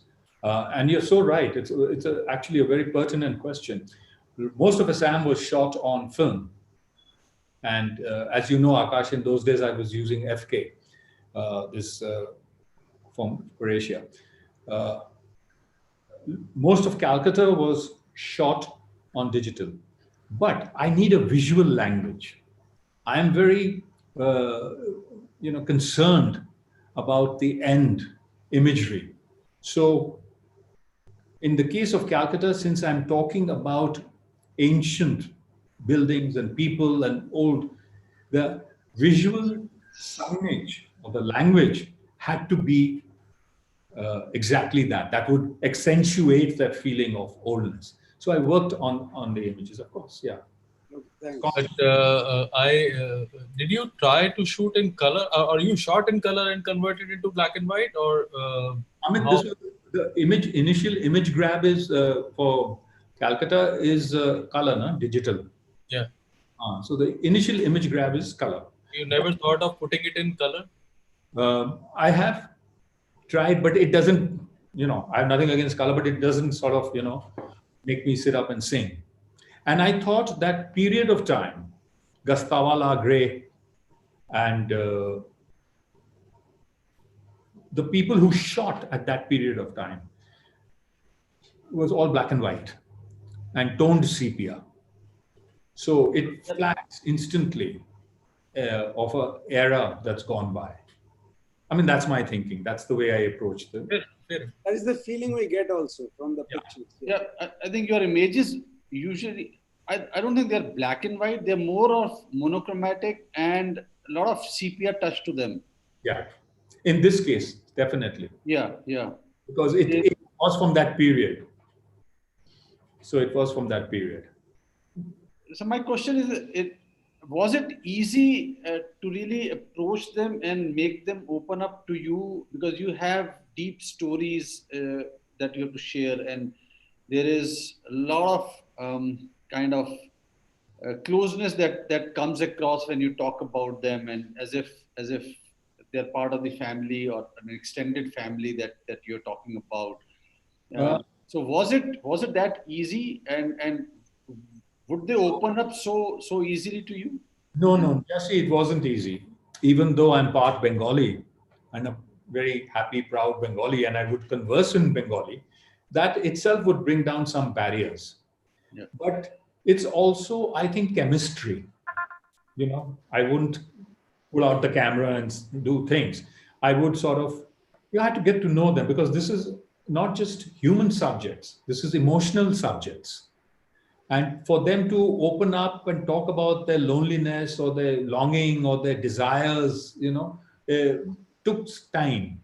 So I didn't sort of spread a very vast net of contacts. I just concentrated on a few, and I said I will spend more time with them because they represent whatever else is happening. So it took time. It wasn't easy. No. And I don't know, Soumya has probably left, but I wanted to tell her that yesterday. She's there.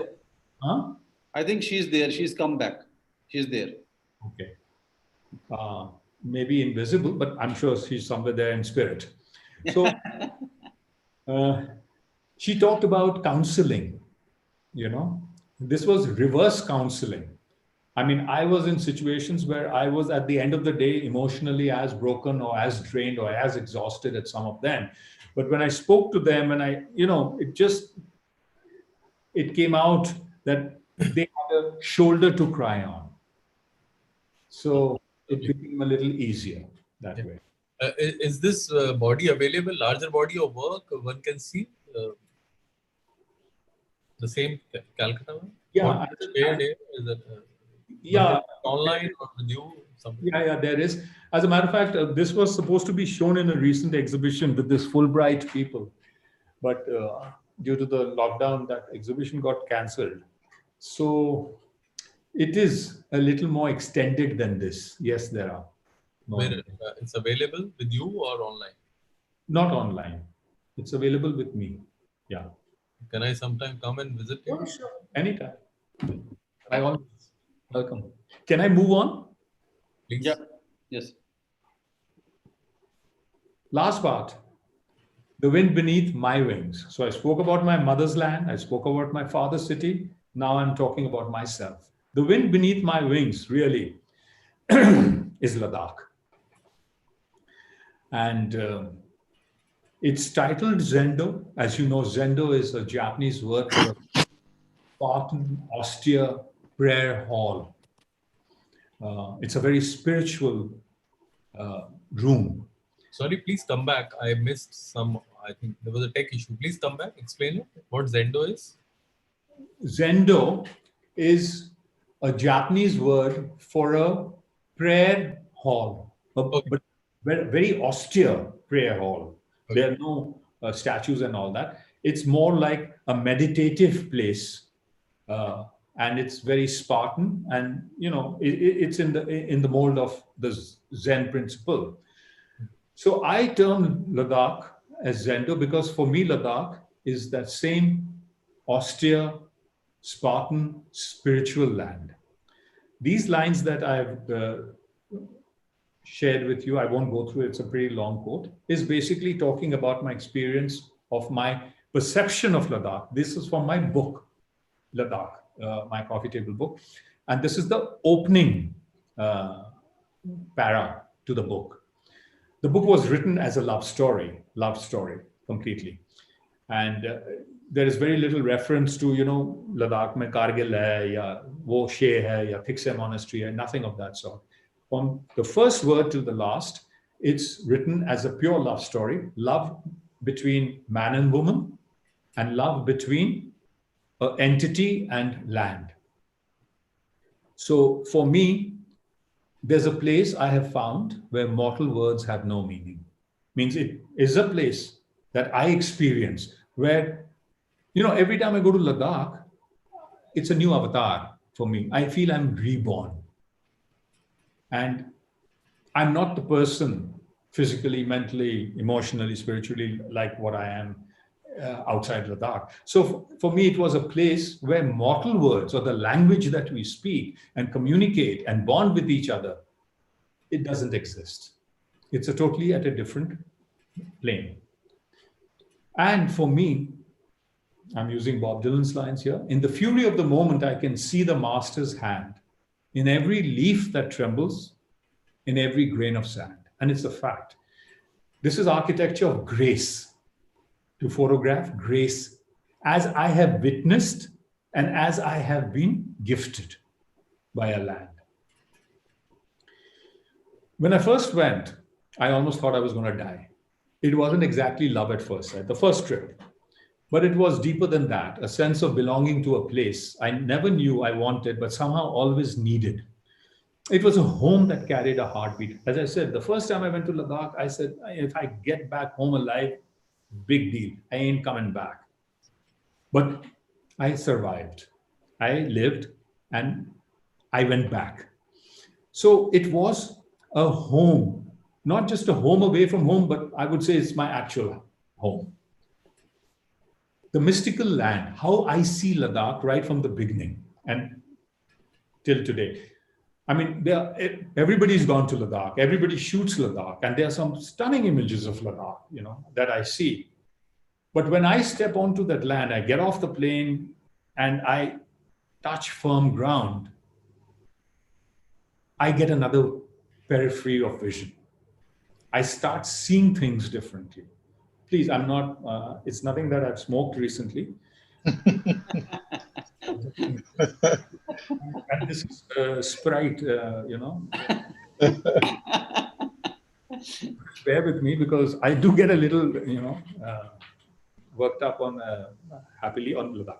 It's the mystical. I see it differently. I feel it differently. My heartbeat starts, pounding in a different manner.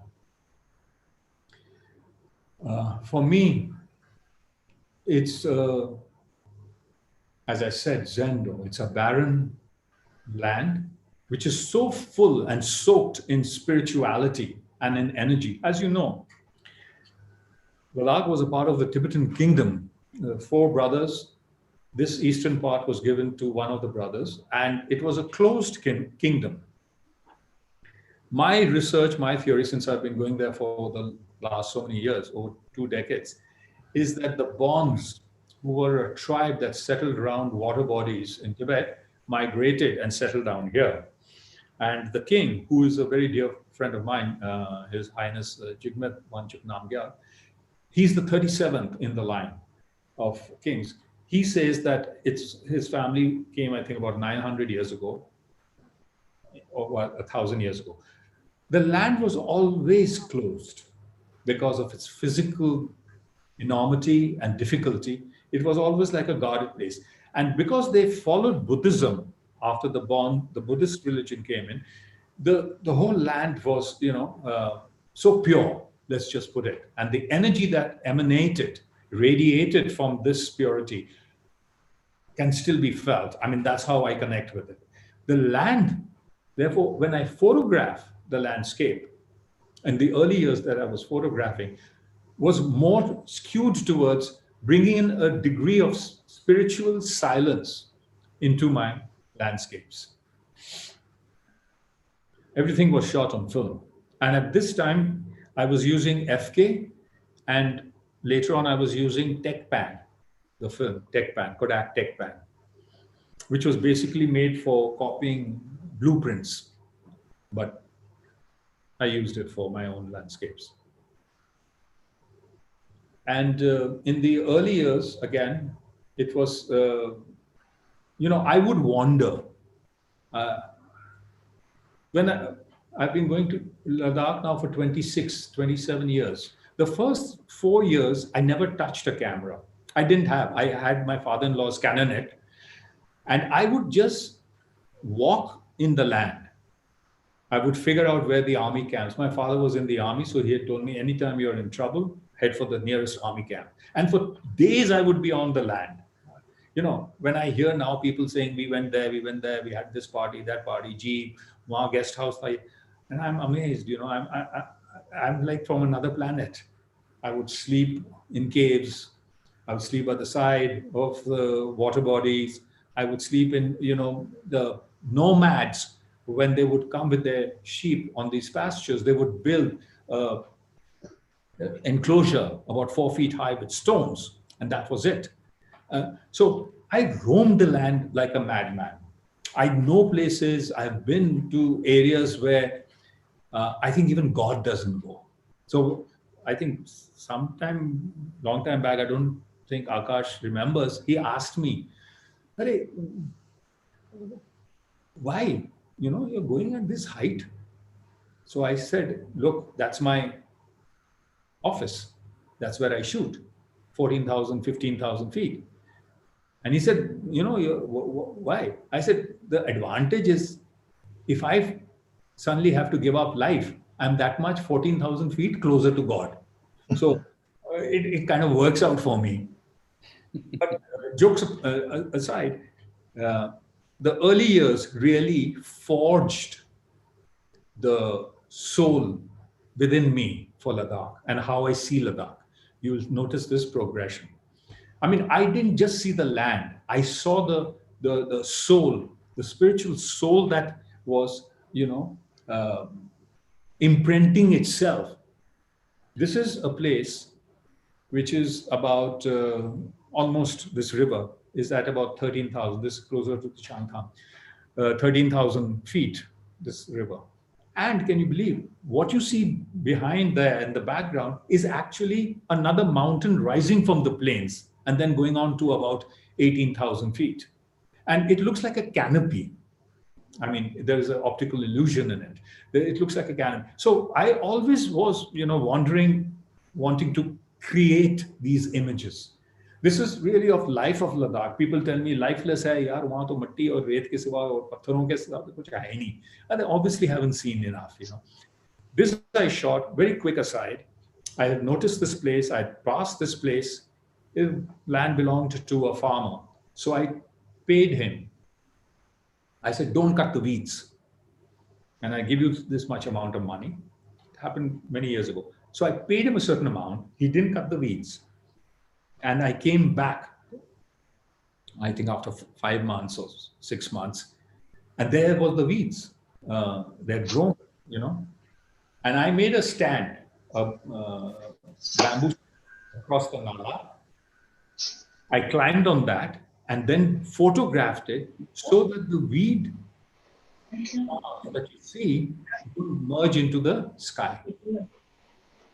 They stay in that dark palette. So, I mean, this place is almost gone. This is a Johar fort right now. The army barracks have come up. This will never be the same again. Again, this was on one of my travels, late evening light, coming across. I'm dead tired. I was sitting there and I was, thinking about the home or whatever.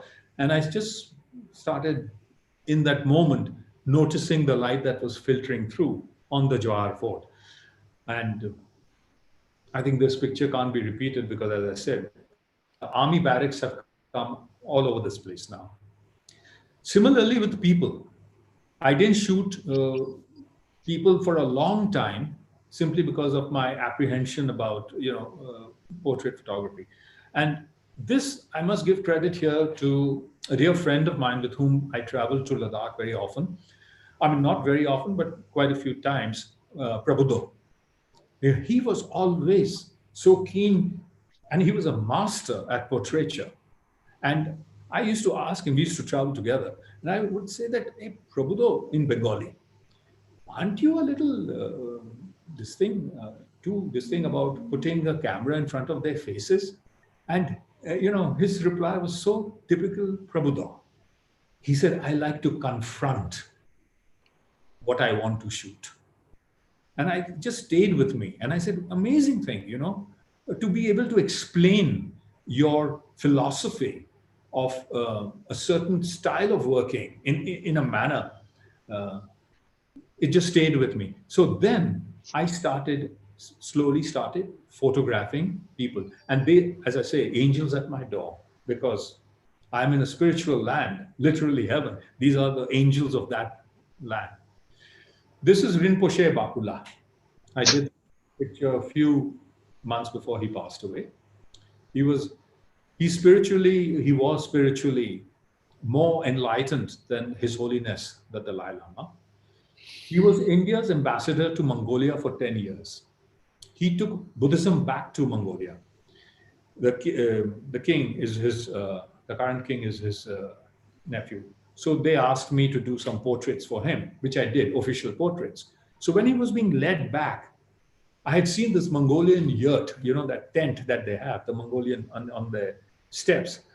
And I asked him, he didn't even sort of blink an eye. He was being assisted by an assistant because he was so old and weak. And he turned around and he said, you want a picture of mine in the tent, don't you? I mean, I said, well, yeah, of course I do. So we took him inside the tent, and right at the top in the center of the tent is the ventilator. The ventilator is an opening from where, the smoke goes out and fresh air comes in. And I made him stand up there, and I just took a few pictures of him. And this has been one of my iconic portraits of Ladakh. Its limited edition is all gone and done. But he later on, I'll tell you, if we have time, I'll show you that little thing about what happened. with the crying Buddha. He was the person who told me that at a later stage what I needed to do. A very holy man, as I said, angels. A horse whisperer.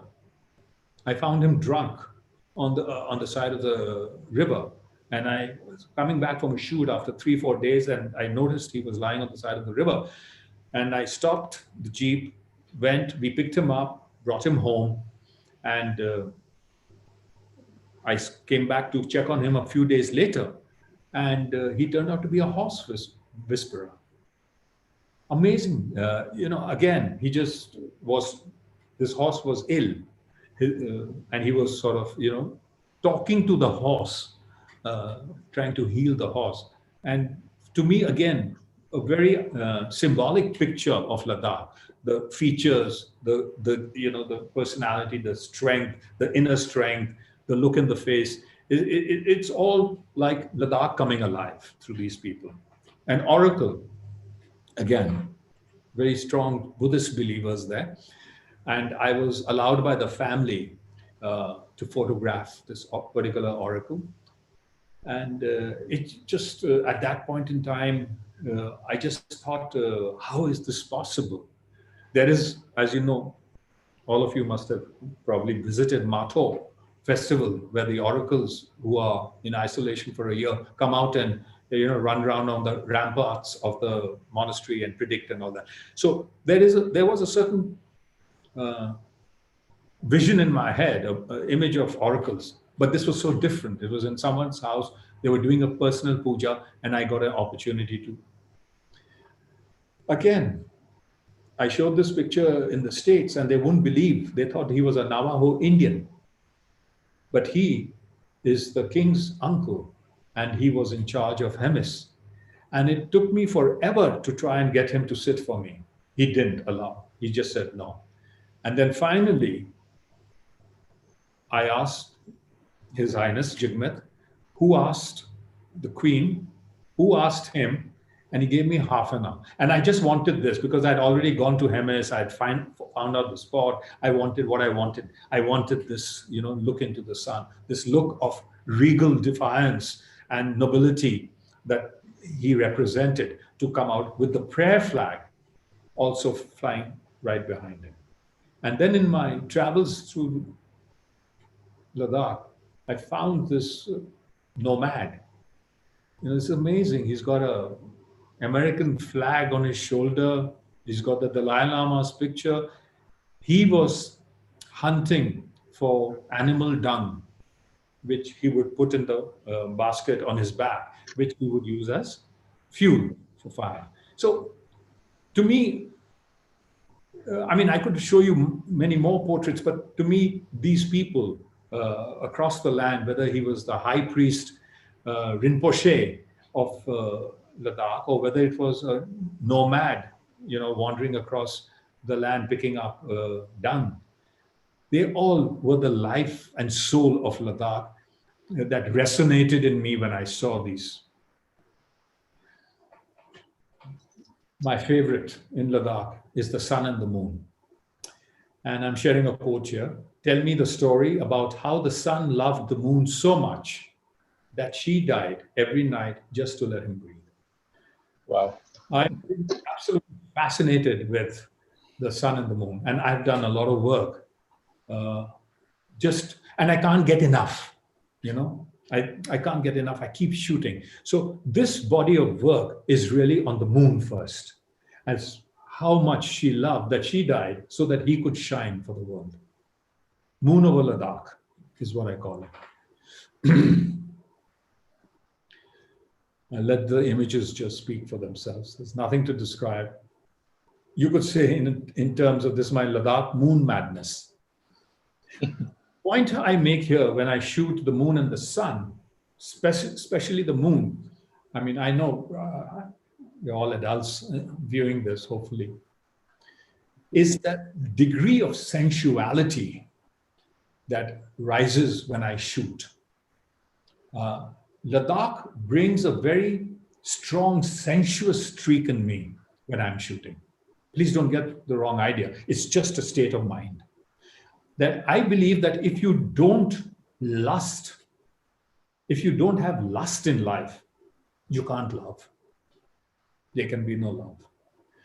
Because lust, and I mean it in a spiritual sense, is what opens the door for the heart to love.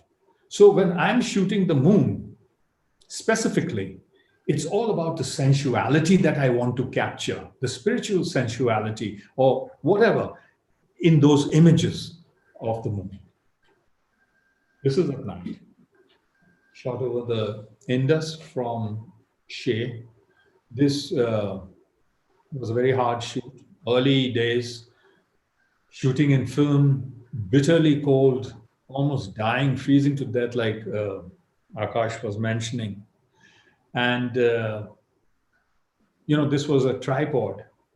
And the wind was so fierce that the whole thing was shaking. So I had to weight down the tripod with stones and blah, blah. But eventually, the magic of the moon in Ladakh. Again, another aspect. I've seen a lot of pictures of night skies in Ladakh. Milky Way, stars shining. They're pretty good pictures. They're a different genre, not my cup of tea. For me, this sensuality, this juxtapositioning of a mountain, which is almost naturally shaped like a breast, and the moon on the top, is a story that, in my opinion, symbolizes this part of Ladakh that I am talking about. And a recent picture of the moon that I've been sharing, this was shot with a tele, was shot from Shea. No, this was shot from Stoke, from the King's Palace, both of us on his veranda. And it was, again, early winter time. The moon came up and it was another world altogether. So and there's a lot more on the moon, but without getting into that, without showing that much, I come to the sun. And here I'm sharing another quote which symbolizes what I am talking about. Even after all this time, the sun never says to the earth, "You owe me." Look what happens with a love like that. It lights the whole sky. So my work with the sun is again seeing the sun in different avatars. This is a sun halation that took place a couple of years back. I was lucky I was passing by. But it symbolizes this intense spirituality of the land with the prayer flag and the sun burning behind it as if on fire, which it is. Or in winter, that's a part of the Indus which is frozen, and the sun which is, so there is a contrast, and the snow, the ice, which is the frozen river, is reflecting, the energy, and they are sort of in communion with each other. Again, another picture of winter where the sun has lit up these weeds, which due to wind and cold have formed these little, pillars of ice around them.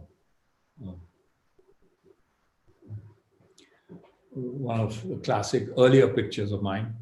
I call it the Blue Mountain because it was shot in color. It was all blue, but I wanted it in black and white. So this whole thing of the sunlight cascading in vapor and covering the mountain and earth. And the prayer flag and sun again, which symbolizes my work again on Ladakh with the sun. Very quickly, I'll take you now through winter, which is really my area of concentration now. I shoot now only winter. And it's going to kill me someday. It almost killed me this winter, but that's okay because I have done a body of work which, I'm very happy with. Life is only a flicker of melted ice, literally and figuratively. I share with you now how I see Ladakh, the land, the spirituality, but I see it through ice.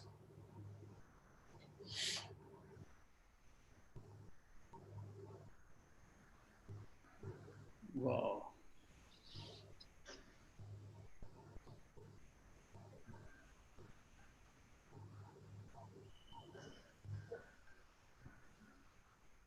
All this is shot in winter.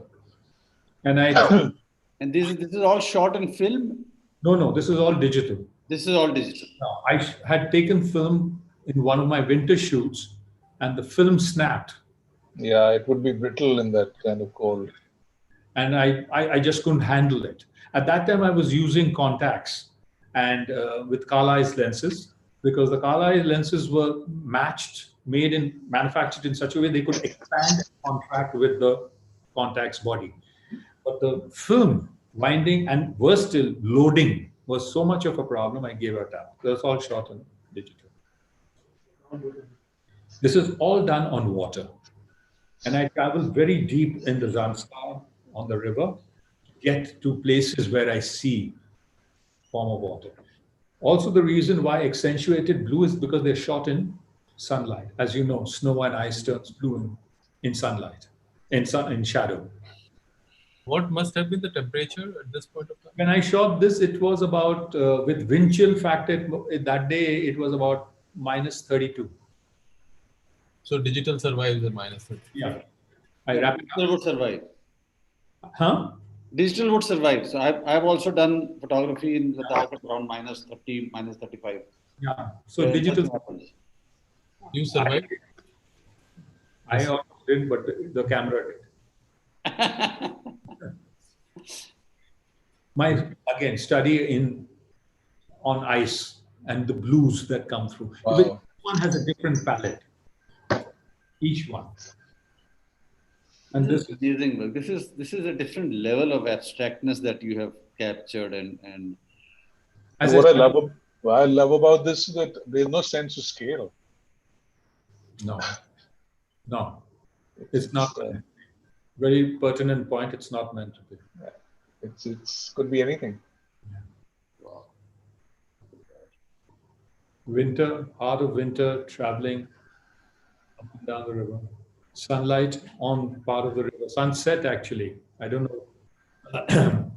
The gold that you see or the yellow that you see is actually the sun rays, last sun rays bouncing off the brown mountain top and reflecting into this ice body. And so you're standing on the ice, right? And even though it's cracking. Yeah, and I've fallen, 3 winters ago, I fell from the mountain. I shouldn't be here, at all. I mean, Well, you should be here, but thank God. So many times. Very often, I've crashed through the frozen river. So I always, 2 things I do. Now I'm always with one person, a local. He's my man Friday. And areas which are very weak on ice, but I need to shoot, I am generally tied to the jeep. Mm-hmm. Or he hangs onto the rope while I walk on that. And now, this is the latest I'm going to show, which is the mystical part of what I'm doing, which is so far removed from anything and everything of Ladakh that people are doing and showing, which is the mysticism. That was the spirituality, but spirituality cannot be devoid of mystical use. There has to be a deep sense of mysticism if you are approaching, your own sense of spirituality. These were shot in winter recently. And I mean, the technique, I will explain as I go along, is seemingly okay. But to do this, you really have to be ready to say, you're not coming back. These seem to be the frozen water, semi-frozen water. I will tell you just now. What I did is I took sheets of glass, and I do a lot of recce. There's a lot of prepping, as they say. I do a lot of prepping before I shoot. I consult weather charts, I talk to the local guides, this, that, and all that. And I was told of a place near a village on the road to Khadungla, where a certain part of the mountain was in ice. and the sun came and hit that particular part early in the morning. The rays were. So long story short, I took sheets of glass, 12 by 14, wrapped them up in gunny, carried them to this place. And then during the daytime, I had a mountaineer friend come, and he attached the ropes to go to the ledge where I would shoot. Everything is in ice. I've got some videos and all of that, but we won't get into that. So every morning at about 4 o'clock, my guy and I would get into the vehicle, drive for an hour, come to the village, and because the road had been washed away, another about 40-odd minute trek to the part of the mountain. And then I would climb with the glass sheets, fix the glass sheets on the ledge as best as I could, and let the frost appear on the glass, which I would then shoot when the sun came up. So this is yet frozen, you can say, water. This is unbelievable, actually. Because, can you go back? Because this is where I got confused. Further? Yeah, so when I look at the first image, and this is where I suddenly started getting confused, that this looks like a frozen water, but then at the behind that, it appears as a structure, monastery or something, some gompa and all. There's a shortcut. Yeah, so how could shorten? Yeah, so how could you? So now it explains everything. Yeah, now it explains everything. I put the glass. Yeah. Let it frost. Yeah. Now I get it. It's a different level altogether. And I had to frost. Let nature frost. I can't frost. Yeah. I'm already frosted by the time I'm up there. Okay. I shift it in such a way so that the shortened part won't frost. And then you have a window of precisely 8-10 seconds. Because it would melt immediately. This is the same thing with the sun at the back. This is crazy. This is insane. This is like, The sun's dancing off it. And what lens were you using here? Here I was using 100 mm macro. And okay, because getting the depth of field and it's madness. Try it at your own risk, because a close-up lens is so temperamental, the 100 mm 2.8, that a slight shift in focal, it just goes out. Your breathing would change it, and breathing at that altitude itself. Anyway, Jesse, at that point in time, by the time this happened, I have stopped breathing. So, there's no breath left. No, but were you using those macro rails also, or you were using handheld? This was all on my small tripod. And with macro rail on top of that? No macro rail. Fixed camera on tripod and move the tripod. It's a small tripod. And this is another level, because. And this is crazy. You're frozen today. As I said. What height are you at, Prabir? This must be not too high. It will be about 15,000. But 15,000 in winters and not too high. Shoot with macro lens, it's a different level. I live in Gurgaon, It's death zone. And Prabir, you are a tall man, so 15,000 plus your height. And my height. Same. And you're climbing up the mountain for a while. So, just to amplify this point of this thing, it would take me, so if I left at 4 o'clock, I would wake up at 2:30, because it took me an hour to dress. Yeah. Because each, 7 layers I would wear. So each layer took that much time to be worn, and then reach, and then slap on the crampons, and then climb with the rope so that I didn't slip. As I said. It's amazing. This is like actually John Muir's painting. What inspired this? Was it an accident that you discovered this happens, or? No, Dinesh, this is all my progression of thought. It's a stream of consciousness, that I'm seeing the land. in a different perspective altogether. I don't see the mountains and the rivers the way I see, like I said right in the beginning, in every grain of sand. I just want to disappear into one of these flakes or into every grain of sand. That's my, way I'm photographing. I think this is getting to know nature at a different level, because without that you can't even visualize what you're going to shoot, and you are trying that, and you're visualizing the way you would carry the glass to that particular place and put it there and then go the next day, and that's a different level of understanding of nature, and it is being a part of the nature. And certainly what has helped is my years and years of traveling in Ladakh, 26 years, So I look at it absolutely in a different perspective. What else? Again, a quote I'm using from Rumi before I move to this work: knock and he will open the door. Vanish and he will make you shine like the sun. Fall and he will raise you to the heavens. Become nothing and he will turn you into everything.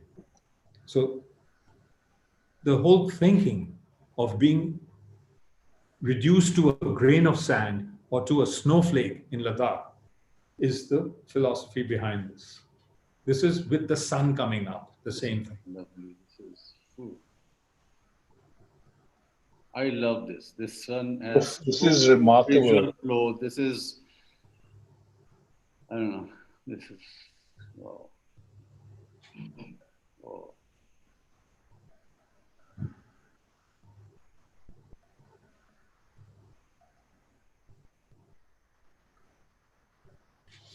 So that was the mysticism and the mystical aspect of Ladakh. And very quickly, to add to Ladakh, I travel quite a bit, but I travel with a purpose to certain places where I have visualized or I've done research and I know what I want to shoot. I call them places of power because they give me the same spiritual grace that Ladakh does.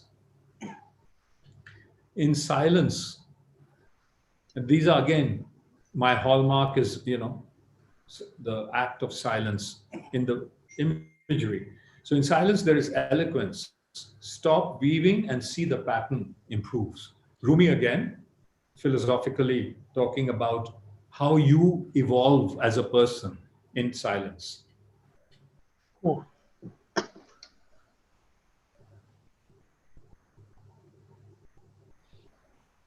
It's another level.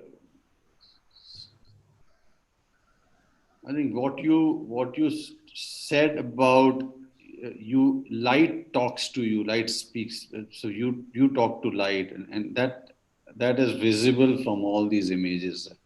The way you see light is something at a different level. And then finally, the last part is I traveled to a place called Bonneville, which is salt flats in America. They have the speed records held there every year since 1911. And all the world speed records of cars, motorcycle, trucks are held there on a 10-mile stretch. Flat, salt flat. It's a 40-mile long salt lake which has dried up. So I wanted to shoot specifically motion. It's very simple, camera, ICM as you call it, intentional camera movement. But I wanted to calculate the distances. So when I went there in 2017, the land speed was 643 miles per hour. And I just visualized, and I said, he's driving down 650 miles an hour, and this is what the land seems to him. And at that speed, a lot of people have died out there in the speed record. At that speed, he is not a driver. He is one with the land. Because if he is a driver, he'll crash. But if he has become the land itself, he will Whether he sets a speed record or not, he will travel through those 10 miles. So what I did is, I don't want to get into the calculations right now. I calculated the horizon, which was about 5 miles from where I stood, that at a speed of 650 miles an hour, how many seconds would he cover 2 miles or 2 kilometers? I fixed the camera, calculated the distance, focused on the horizon, and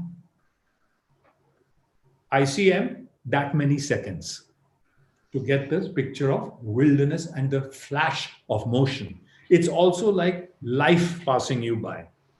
You know, I'll just share a couple of them. Oh. I call it timeline.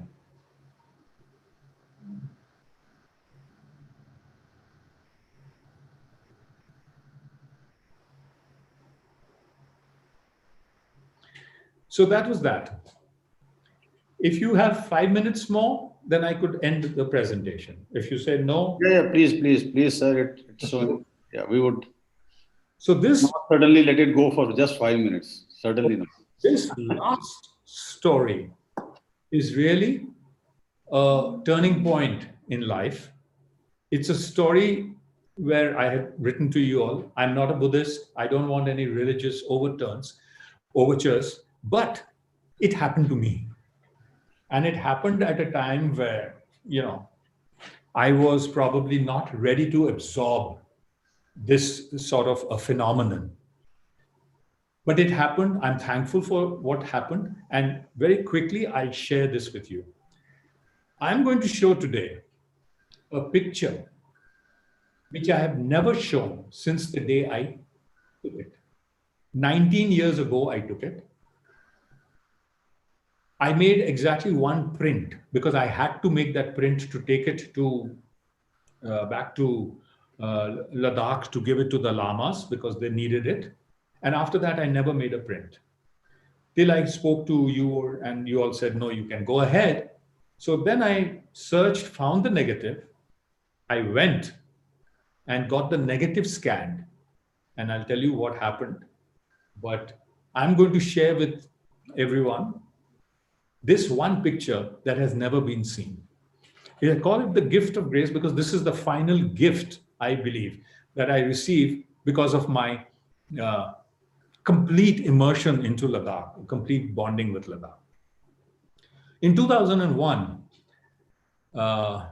Jigmet, again, the king, very dear friend, he and I went up to Ladakh. I never drive to Ladakh, I always fly. But he said, you know, I'm coming, I'm going, why don't you come along and blah, blah, blah. So I went with him. Now, he didn't tell me that in the Jeep he had 3 other friends who were completely sick all the way. So by the time we reached Leh, I was ready to murder everyone. Because I said, you know, somebody is throwing up, somebody said, sir chakra gaya, somebody mar gaya, wapis chalo, this, that. I couldn't take it. So when I reached Leh, I gave the king a piece of my mind. And I said, tomorrow morning, I'm leaving. Book my ticket. In those days, to get a ticket was a totally different ball game. Okay. Indian Airlines used to fly. And you had to have contacts if you wanted to get out of Ladakh. I had. So he said, "Acha, tu ab aaya to hai. Ek din ke liye come to my monastery. I'm restoring it." This is a monastery in a village called Basgo. Basgo was the capital of Ladakh 600 years ago. Yeah. At that time, the queen built 3 monasteries. The main monastery, the second one in the middle, and the small one at the bottom. The reason they were restoring it is because the whole mountain was crumbling and falling. The Indian ASI and people who were trying to restore couldn't do anything. They threw up their hands. So through their contacts, they brought in engineers from abroad. And those engineers, French engineers, came up with this plan, amazing plan. They said, we'll drill tunnels, small tunnels through the mountain, and we'll fill it with concrete. So it will hold it up. That's the background. Monastery was being restored. His Highness said, "Aap aake photo le lo." Okay. Because I need some pictures for funding, I have to put up a proposal. So I went in the big monastery. I took a lot of pictures through the morning. At about 4 o'clock, dead tired, nothing to eat, nothing to drink. So much for royal, treatment. He tells me, he's a very dear friend of mine, and if he's watching this, Julay Jigmat. So you've been in the strip, so you will understand. He said, I want you to shoot the middle monastery. And I said, yeah, it's dark, Get real. He said, no, please go and shoot the middle monastery and please do this and all. And tomorrow you're leaving anyway, so you need. So I went down. There was an old Lama. Lama ji opened the monastery. It was dark. This monastery has a sitting Buddha. And it's one of the largest sitting Buddhas in the world because it's made of brass and copper. And at that weight, if you sit, the Buddha statue finally cracks at the knees. 600 years old. So Buddha is sitting obviously on a concrete stool. He's sitting in the position with his hands up. So I went in, did matha take. First I said no, then he said we have opened the door. And that's the door you can see on this, if you can see my cursor. Yeah.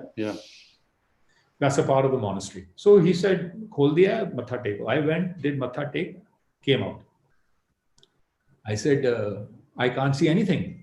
Now, the Buddha statue is so big that up till the shoulder, it's in the monastery. Shoulder above goes through the roof. So they had made an enclosure with glass panes in the front. It's a room, and he's there. So said, Aap upar jao. So I said, open the door. He opened the door.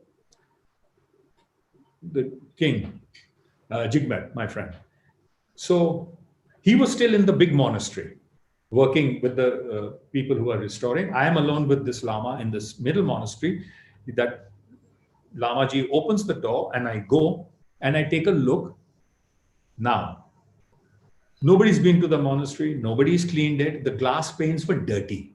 So I kneel down and I take a little water from the Lama and I wipe, I think, 8x6 on the glass or 6x4.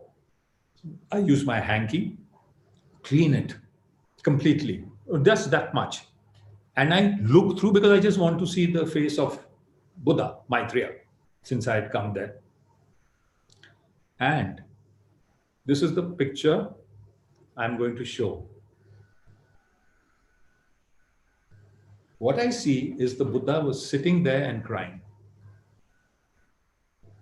You can't see it. This is the picture I've never shown. But if you see very carefully here, you will see the tears. Now, there were 3 tears running down this cheek, and there was one long tear actually flowing down. Now, you can take my word for it, or you can discard it as this is entirely up to you. I take a look at this. And as I said, 19 years later, I'm showing you a picture. When we scanned it on Monday, and I did a proper flatbed scanner at SP and brought it, there were no tears. There was nothing. You can check the scan someday if you come over, or this blank. And then myself and Jatin, we spent about almost 4 hours because I said I saw the tears. And we managed through, a lot of contrast and this, almost 4 hours work to bring out some of the tears. We managed to see it. I saw the tears. And I said, this is incredible. I've never seen a thing like this. And I kept looking at it. And after some time, Jigmet came and he said, what are you doing? I said, Jiggy, take a look. The Buddha is crying. And he took a look and he said, we must leave this place immediately and go back. This and not. And he told the Lama, shut everything. So we went back.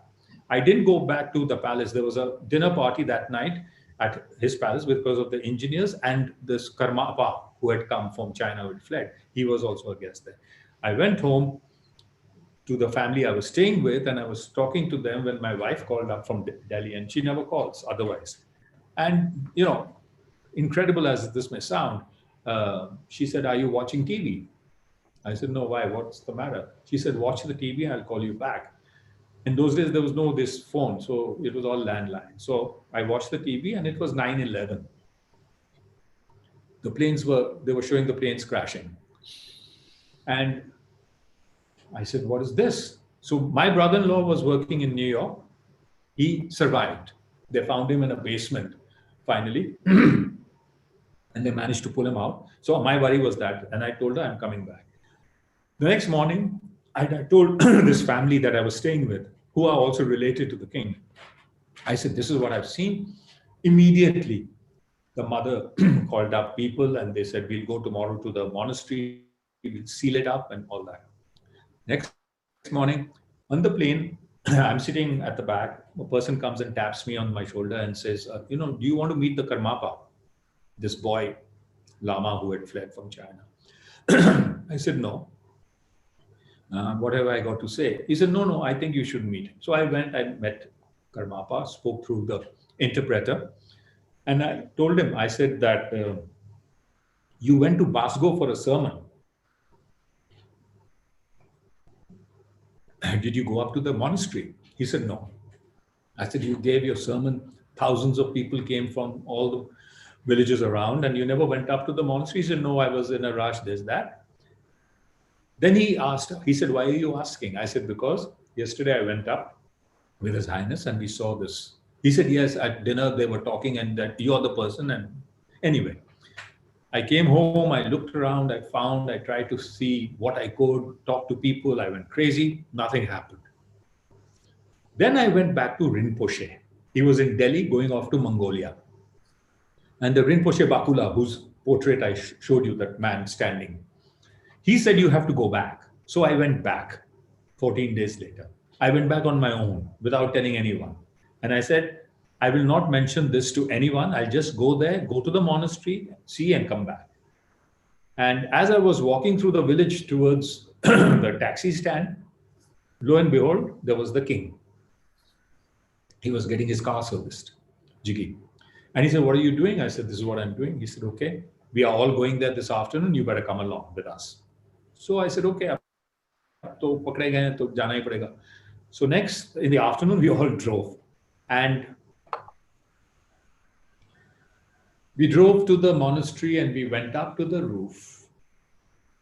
And it's an old door, If you give it a shout, it'll break, with an old Chinese lock. And it didn't open. They tried their best. So then the engineer said, break the door. We want to see what you had seen. We have heard a lot. It's been locked. Since you left, we haven't seen. We were like, but the Lama refused. He said, we can't break. It's a temple after all. It's God's house. You can't break anything. Some other time. So they went up to the bigger monastery for the tea that had been arranged for all of us.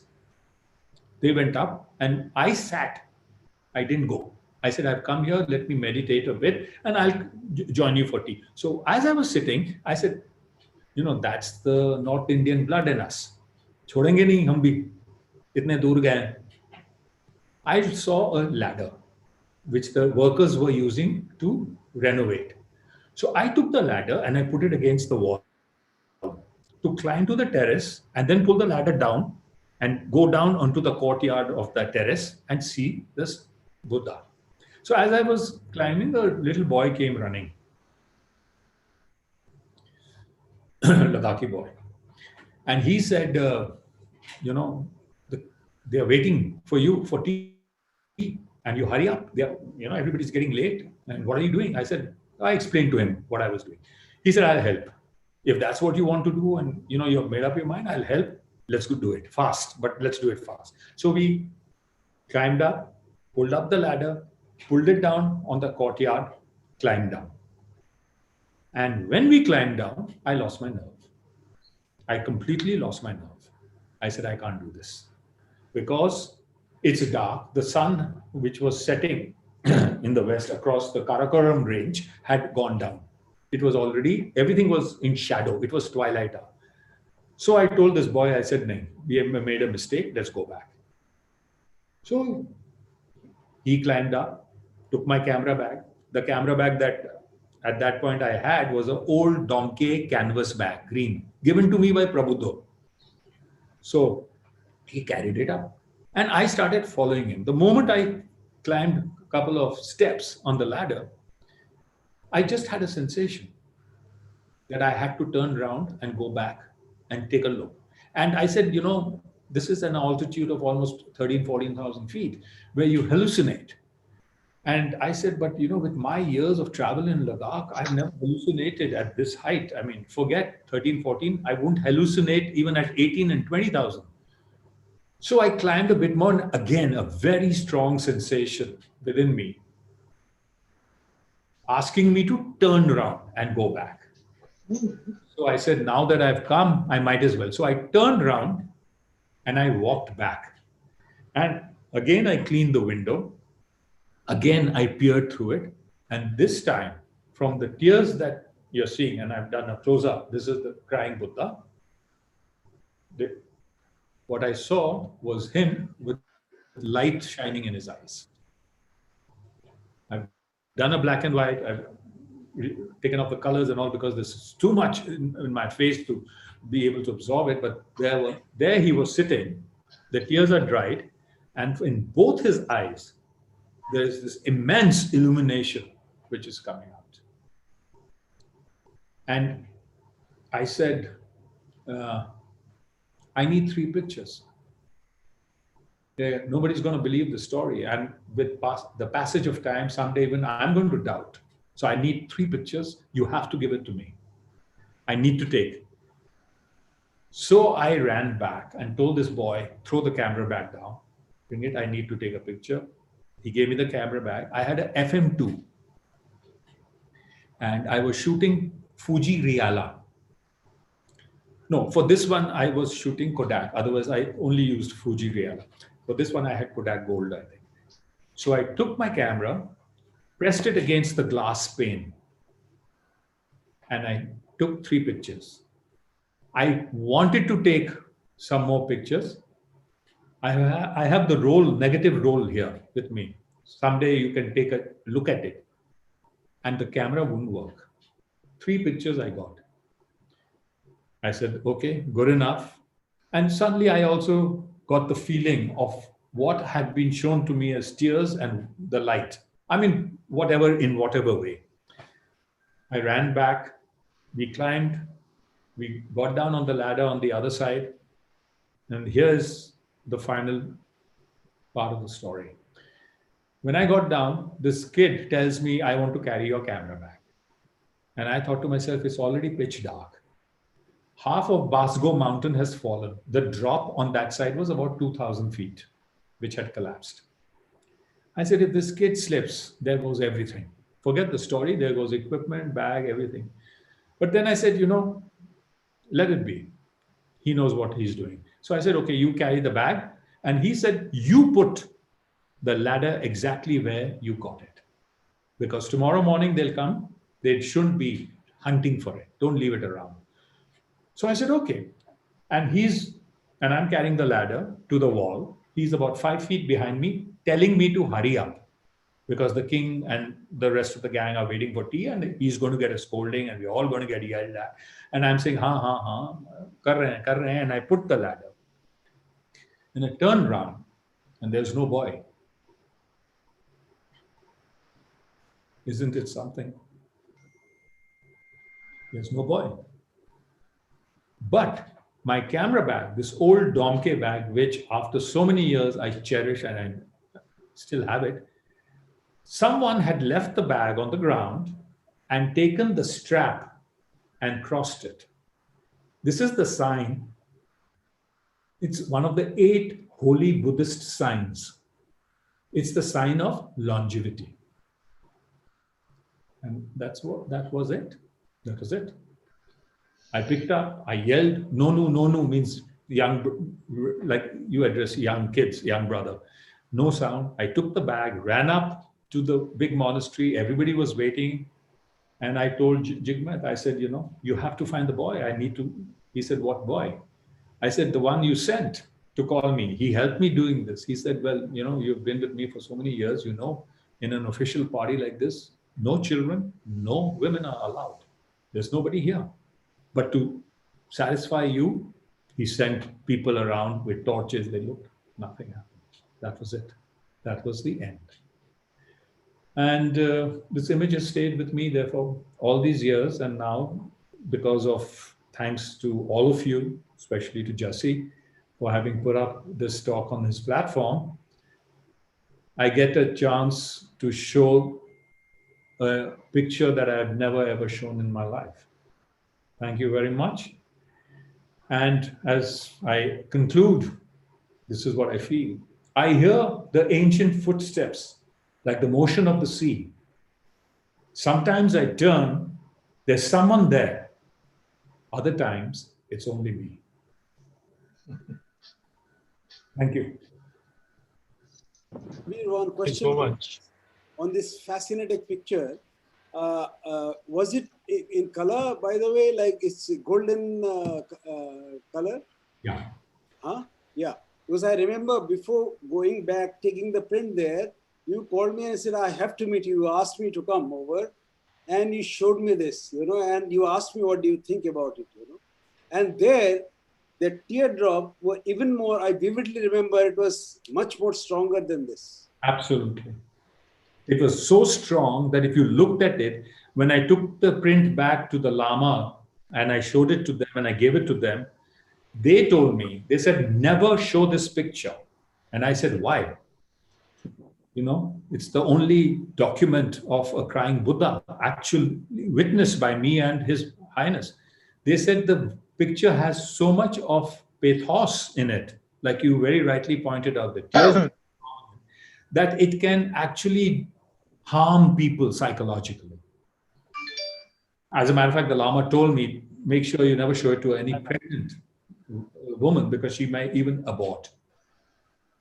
So I never showed it. I never kept it. And now when I went and scanned it, you know, ravages of time spare no one, including divinity. The tears are gone. But anyway, that's my story. That's the end. Thank you so much. Thank you so much. Yeah, such a wonderful story. It was. I have goosebumps, so I don't know what to say.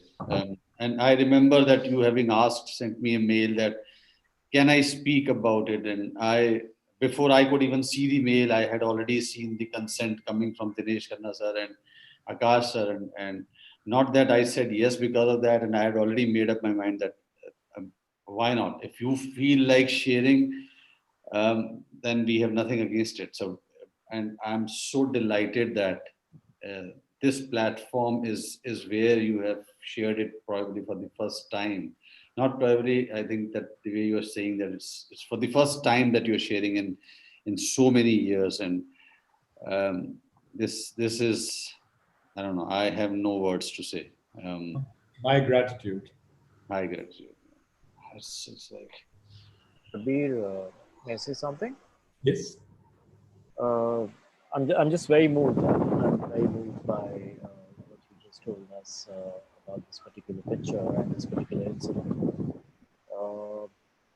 I don't know. I've always thought that I'm not a believer, but it is incidents like these that you know are some, I guess it's not even about God, but it's about a certain kind of spirituality. And you having told us about your association with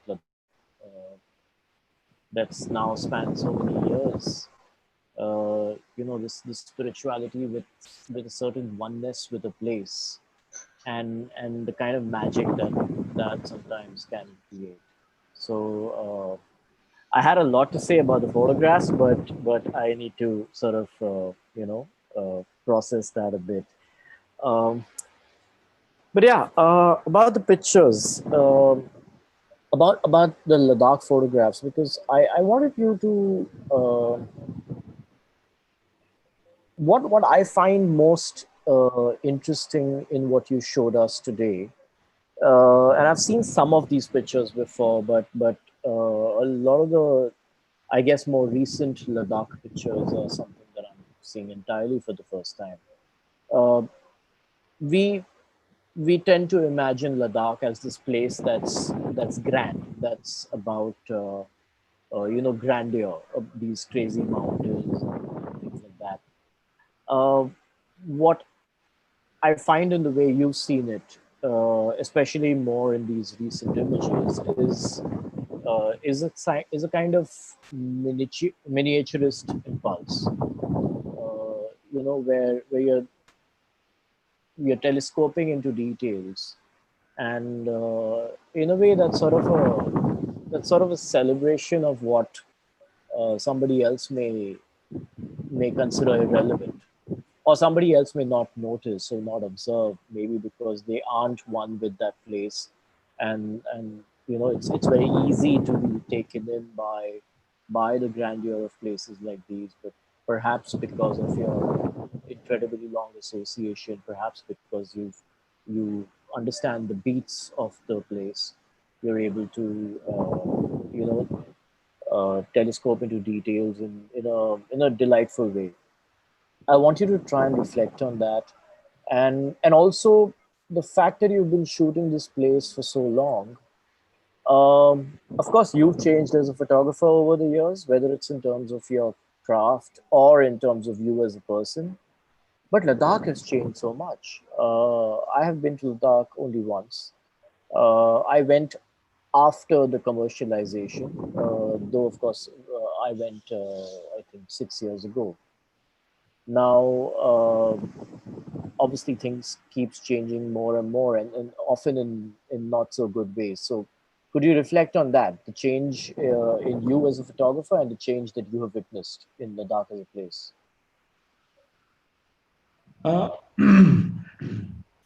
Yeah, I have evolved as a person, mainly in my own understanding of art and craft skills. It has to happen when you're intensely and very passionately involved in your work. So, along with my evolution, so it runs in a parallel. So I'm evolving as a person, as a photographer, developing certain skills, sharpening some, imbibing influences. So that evolution is in parallel to Ladakh, how Ladakh probably is changing. The commercialization that you talk about, Ladakh has had a massive change over the last 10, 12 years. I've been associated with it, with the Hill Council, and my friends who, are close friends of mine are all involved in certain administration and things like that. Right. But as I said, the moment I step onto Ladakh, I'm blind to all that. I suffer it. The changes are definite. So it's a question of how you superimpose your own thinking, Right. your belief, your faith onto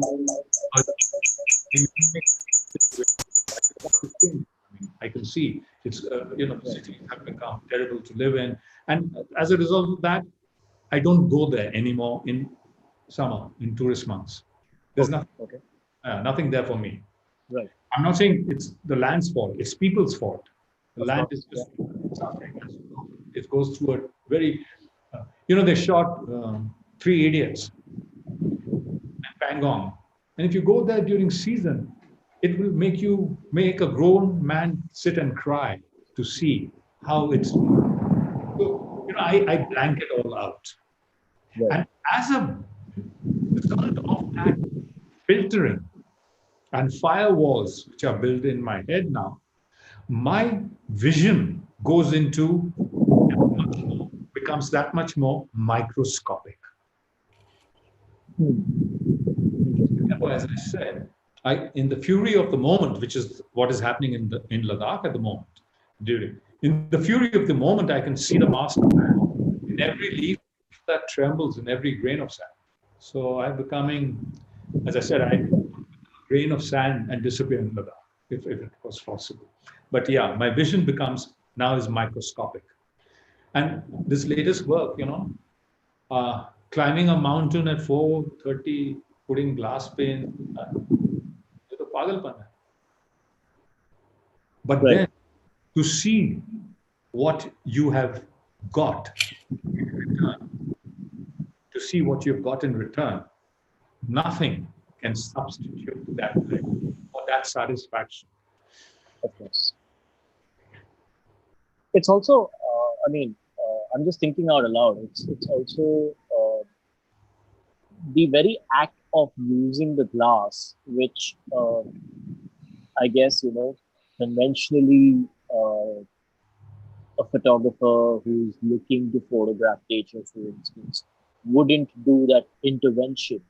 But that intervention I see as also your imagination based on all you've seen and maybe couldn't photograph, in your earlier trips. I'm just thinking out loud. I had shot many years ago a picture of snowfall in Ladakh. I have not shown it yet. Okay. Snowfall. And this thought was left in my mind, how can I photograph the soul of a snowflake? I believe this is what I tried to do on this latest shoot of the frost on the Right. glass. Right. If the mountain won't come to Mohammed, then Mohammed must go now to the mountain. नहीं तो क्या कैसे मिलेगा? Sorry. Anyway. No, I think it's quite. The fact that your latest scans are not able to reproduce the pathos that you saw, at least to that degree. I don't know what to. I don't even know how to interpret that. It could be interpreted even in a hopeful way or in a way that's devoid of hope. But yeah, thank you for sharing this. Thank you so much for sharing this.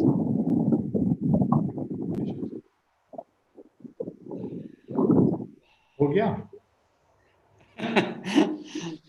I don't know others. I'm still trying to figure out that what to say because Akash again and again. I'm sharing this with all of us on this panel. Jesse ji, इस salary में इससे ज़्यादा नहीं होगा. So there is one question I think that is I must ask this on YouTube. This is by Namrata Vedi, and she says that his work speaks loudly of spiritualism. Can you please ask him what is his thoughts, his connection, like how does he connect photography and spirituality? Well, spiritualism, like faith, is a very personal emotion. How I connect, I don't know. It's just in my DNA.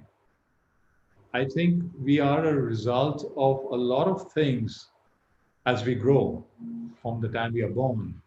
Influences and parents and friends and education, and environment and everything. And something just sparks out within you. Maybe I just carry it in my DNA. My parents were spiritual. My mother was. My mother is, as a matter of fact. And, I have heard a lot of stories. I've grown up. I've been weaned on stories of, her idea of spiritualism and realism. And talking about my mother, and sorry, I don't mean to be flippant. That's my answer for the question. I wish I could answer it more intelligently. I must say one thing, talking about my mom. Years back, she didn't really think I should be traveling to Ladakh, She knew how bad that place was. And my father was in the army, he was posted there. So he must have told my mom, and my mom was very apprehensive every time I would go. So one day I said, I'm going to Ladakh. She said, again? You just went? I said, yeah, Mom, I have to go. She said, why? So I said, I'm going with a friend. And she had met Prabhupada. She said, Which friend are you going with? Akash. I said, no. Akash is not a very quiet type of guy. He wants to stay in Delhi, have his fun. I'm going with this Prabhudo. And she's saying, oh, in Bengali. But I must say this because you had asked what my nomenclature should be, and I had told you what. So she said in Bengali, oh, now you've started going with the photo wala. You will be also a photo wala someday. Lady from the village. The whole concept of this brilliant, outstanding photographer was reduced to a photo wala. She said, you will also be a photo wala like him. I couldn't get over that. So, yeah, I reduce it to, it's a great leveler. Moms are a great leveler. So that's it. Yeah. Can I ask, Soumya, you want to ask something? Please go ahead, sir. I'll comment after that. I just have a comment to make. Okay, I just wanted to, in relation to the fact that you're talking about spirituality and faith, as you know, I've been kind of hung up with that too for the last 25, 30 years, this recurring interest more in the fact of the faith of others than the fact that I personally believe in anything. I mean, and it's just such a strong, overpowering feeling for me when I see the expression of faith of others, that as far as I'm concerned, that is faith. It's just my faith too. And I'm able to, at least in my head, I hope, I believe I can, distinctly see it different from religion and its practices and its, so I just wanted you to speak about that if you would like to. I mean, Yeah, I think Dinesh is somewhere we are sort of treading similar grounds. I've never been religious. As a matter of fact, from a very early stage in life, I remember from my college days itself, when my parents were very religious and they had this guru and, they would ask me to do this and that. And I said, no, I don't. It was just something inborn. So there was never, till today, any inclination of any ritualistic-led philosophy. The moment it's ritualistic-led, like religion is, all religions are, I revolt. As I said, it's just something in me that snapped. Coming to spiritualism, it's a totally different interpretation, how I interpret spiritualism, vis-a-vis how you may, or Jassi may, or Soumya may. It's a very personal thing. As I said, I just grew up on this. I believe that, there must be some energy force that creates and keeps us in balance. It may be true, it may not be true. As a matter of fact, for one work for India Habitat, as you know, Photosphere, I had to put up something along with the rest. So I did a lot of reading of the Vedas. And without getting into a major discourse on them, one part in Veda, one of the oldest manuscripts in the world, thousands of years ago, being written by spiritual philosophers who could think so deep. There is there's a stanza which says, what came first? Did nature come first? Or did the creator come first?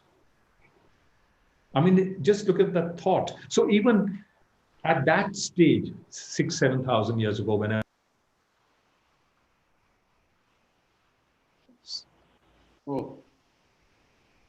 think he's vanished now. was he on a laptop and the battery went, or? Probably, I think he'll come in. So let us just wait for a moment. Probably. I think bye-bye. I think he should come. चलो sir मैं निकल रहा हूँ. Take care. Good night. Say hi to him. See you. Thanks, Amit. Thank you, sir. Thank you for joining. One second. Actually, Praveen has been speaking for more than more than 3 hours.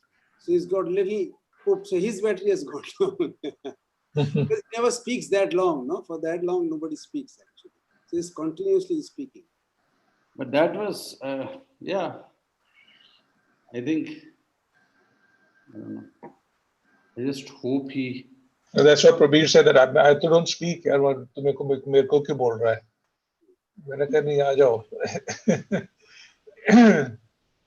I just wanted to add a little comment about, you know, the fact that the conversation that we were having yesterday about how, you know, we all as photographers borrow from various genres. Soumya, I can't hear you very clearly. Is it?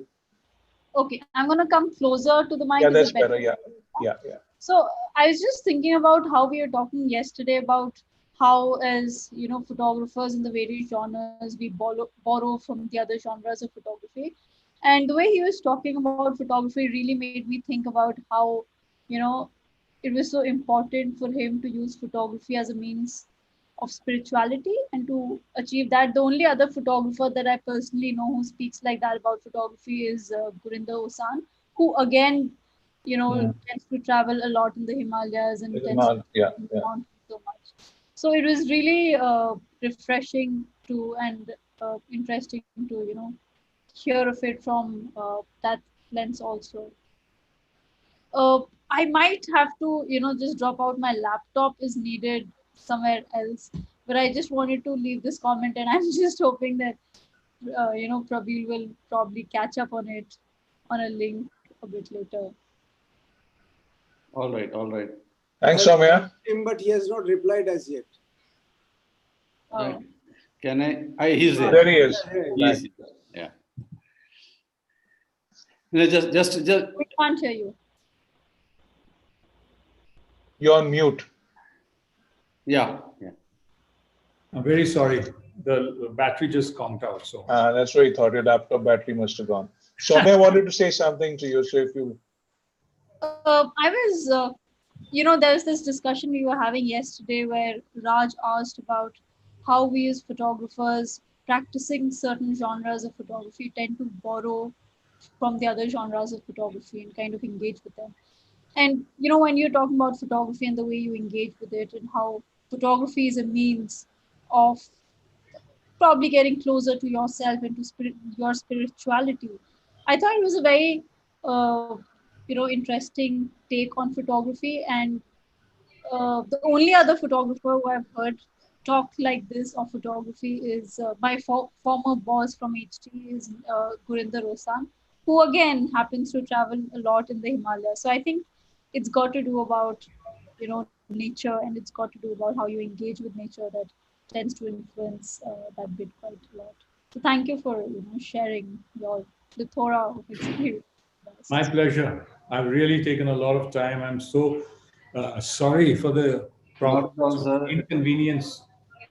No, there's not been any inconvenience. I think it was your session. What you shared was at a different level altogether. And if I may just, there was one more feeling I had while you were speaking and I was looking at your work. Besides the sense of the spiritual, is also a very deep sense of melancholy. I don't know to say anything about that, but I would like you to speak on that a bit. Dinesh, very valid point and a very nice question. I am not by nature melancholic, but my work, I feel melancholy is something I can tap into and express it. It's just something. Some people can do it with, you know, happiness, some joy, some, well, whatever. The work that I showed you, both the first part, Assam and Calcutta, both of them are very melancholic in nature, inherent. Melancholy is inherent in death and in dying. But you were drawn to it and you chose to do it, you know, so that becomes part of the transaction. Yeah, not only drawn to it, because I said that I'm so, you know, I'm a very keen student of this loneliness, depression, and what are the manifestations and people of that, but also because of my wandering and traveling in Ladakh. I'm on my own. I never shoot with anyone. I went with Prabhudo a couple of times, but that I think just sharpens and heightens your own sense of certain emotions. It's like when you go to Banaras, it's another world. And I'm sure certain emotions get accentuated, or like when Akash shoots wildlife, when he's in corporate and he's face to face with the tiger. So same thing with me. I mean, I just love the wilderness, the loneliness of Ladakh. I like to, being a lone wolf, I like that, to roam. And therefore, somewhere it starts manifesting itself in certain streams of emotions. And I would say, repeat what I just said, my projects are lifelong, literally. I can. These kind of projects you can't let go of. Yeah. So they're life. Sooner or later. I mean, they're not projects; they're life. They start affecting your own thinking, your own perspectives. As they you might extract an exhibition or extract a book out of it, but that stream like a river will keep flowing. It'll keep being there. It'll never leave you. I may leave Ladakh, but Ladakh will never leave me. It's as simple as I really wonder at times at what age or how much engagement with photography or with any art form does a person start feeling and understanding the inevitability of that connection. The reason I'm bringing this up is because I keep being asked by younger, photographers who spend a couple of years and the 20s, how long should I stay with a project?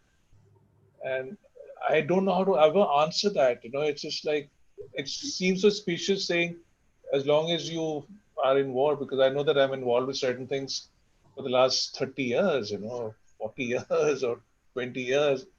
So anyway, I guess that's something which I can fully understand that it's my own response to that would be that, you probably stay with a project as long as it burns within you, the fire, because it comes to a point maybe with some projects, with a lot of people, that they say enough is enough. I don't want to do this. I know a lot of people who have been to Ladakh and, friends of mine, photographers, who say, tell me that you have to 26 years, you're still going. So I say, why don't you? You loved Ladakh. They say, been there, done that. That's the response. So, I mean, beyond that, how are you going to debate? It happens with me every time. People ask me, how many times can you go to one place? Let us go to this place, that place. Yeah. I always say that every time I go back, I get something new. Yes. And it's not only I'm saying it, I can show it. And so much difference. And I'm growing with it actually. It's growing within me. And each time it's a spiritual journey for me also. Because once I go there, that's my home. Where I'm staying today is my second home. That's my first home. So when I go there, I'm going to the temple. When I say concentration, means you're doing actually meditation. And then only you can get the shots actually which you can think of, So I would like to add here, and I always say this, that most people have bucket list of places that they want to tick. And we probably have bucket list of imaginative creativity that we want to really take. And that keeps us taking us to those places again and again and again. I think that's the main differentiator. I mean, I think people need to understand the difference between, at least in my head, I do, between a subject and a project. Yeah. A subject is your life, is something that you engage with forever. Yeah. A project is an extraction from the subject, if at all you do want to extract anything from it. And you then treat it, absolutely. And then you treat it in a different perspective. You put a timeline on it. You put deliverables on it, that I must get this much out of it. I mean, it doesn't work that way. Every time I go to Ladakh, 26 years I've been traveling, maybe I've gone 100 times or more. The same mountain looks different to me. The same bend in the river is different to me. So it depends on, like you very rightly said, subject and project. 18 And more years for me since to. I've been going to Banaras for the last 35 years, and it's every time it's the same and it's new. And there are times when I just love being there, there are times I hate being there. There's a times I hate being there where I say कि नहीं अभी तो एक दिन और आऊंगा कि ये देखो ये हो क्या रहा है, ये चक्कर क्या है, ये मेरे में है कि यहाँ पे कुछ प्रॉब्लम है. It's like, for me it's just another human being. It's just someone I have a relationship with. I am in a relationship. That's precisely my book on Ladakh. If you read it, which I'm sure you will very soon. I certainly will. Certainly, it's a love story. And when I wrote it, people were absolutely amazed. But I had an amazing publisher who said, "You just write it the way you want to." And it's a relationship. It's completely in that genre. It has very little to do with mountains and deserts and rivers and snow and all that. I think it's because also there are certain subjects that, the whole idea of a project, there are people who make compelling projects that span years or decades. But there are also people, and especially when you've just started photography, there are pressures or there are trends which often there are people pursuing projects, and I think we've all fallen prey to this at some point of time or the other. We are pursuing projects for the sake of it, not necessarily because the project is calling out to us, but because we are seeking a project, because we are saying that, okay, if I photograph this, then maybe it's a trendy topic. Maybe it's a topic that will get us acclaim. Maybe this is what, okay, all photographers go to Banaras or Ladakh, and that's why I should, rather than the fact that I have formed that connection with Banaras or with Ladakh or with a particular topic or some other place. And I think all kinds of photographers fall prey to that. I mean, whether it's long-term documentary photographers, whether it's travel photographers, we fall prey to that, where we do something because it's supposed to be cool. And hopefully then we find love along the way, but not everyone does. True.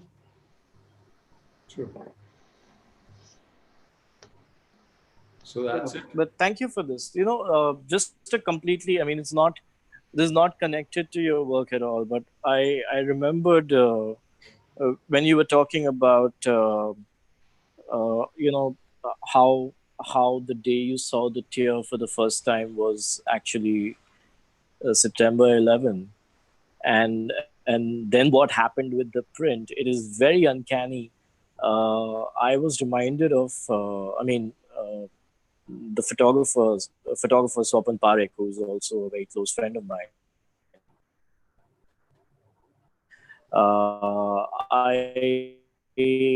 There's a picture in his studio, which is of this pigeon, and it's this beautiful, quiet black and white photograph that he had made in the late 80s when he was studying in New York, where there is like this curve in the foreground and there's a pigeon. It's a very quiet picture.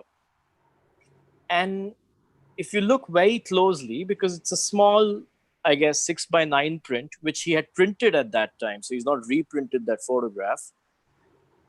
If you look very closely, you see two towers in the background. And the entire print is perfect, as is. It's now, 30 odd years. The entire print is perfect. The only part of the print that has faded are the twin towers, which is nuts, which is completely mad. Of course, you see it closely, you do see it.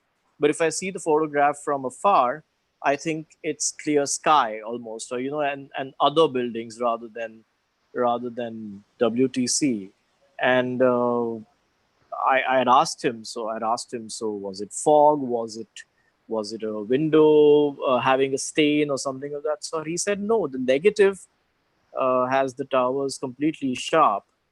It's just so happened that, I mean, the vagaries of time and bizarre coincidences have been such that this print I made 30 years ago, the one part of it that is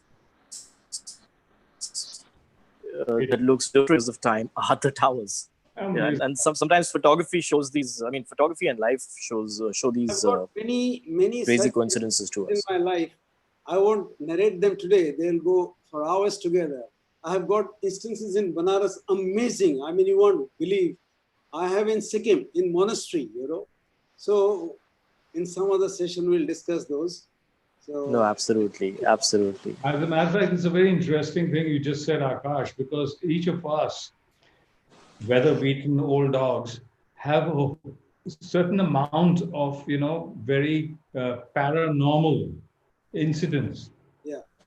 That maybe there could one day be a session where each of us could share, because the stuff, that you have gone through, or Jesse ji, or Dinesh, or Raj, or me, really makes an interesting dimension to our profession as photographers. That ye bhi hota hai, aise bhi hota hai, na? I mean, it's impossible. When I was writing the presentation, my wife, she said, you're running to Delhi mein COVID. You want to get a picture scanned, for God's sake, as it is, you're talking too much, you're doing this and hand, everything. I said, kya problem kya hai? She said, yeah, who's going to believe? Nobody's going to, they just close the presentation after your Ladakh new work, and that's it. Why would you? And the scan hasn't come out, and the print nahi aaya theek se, and all that. Also because I had asked her to go to the attic and look for the negative in the print. So I think somewhere deep down was a little bit of angst.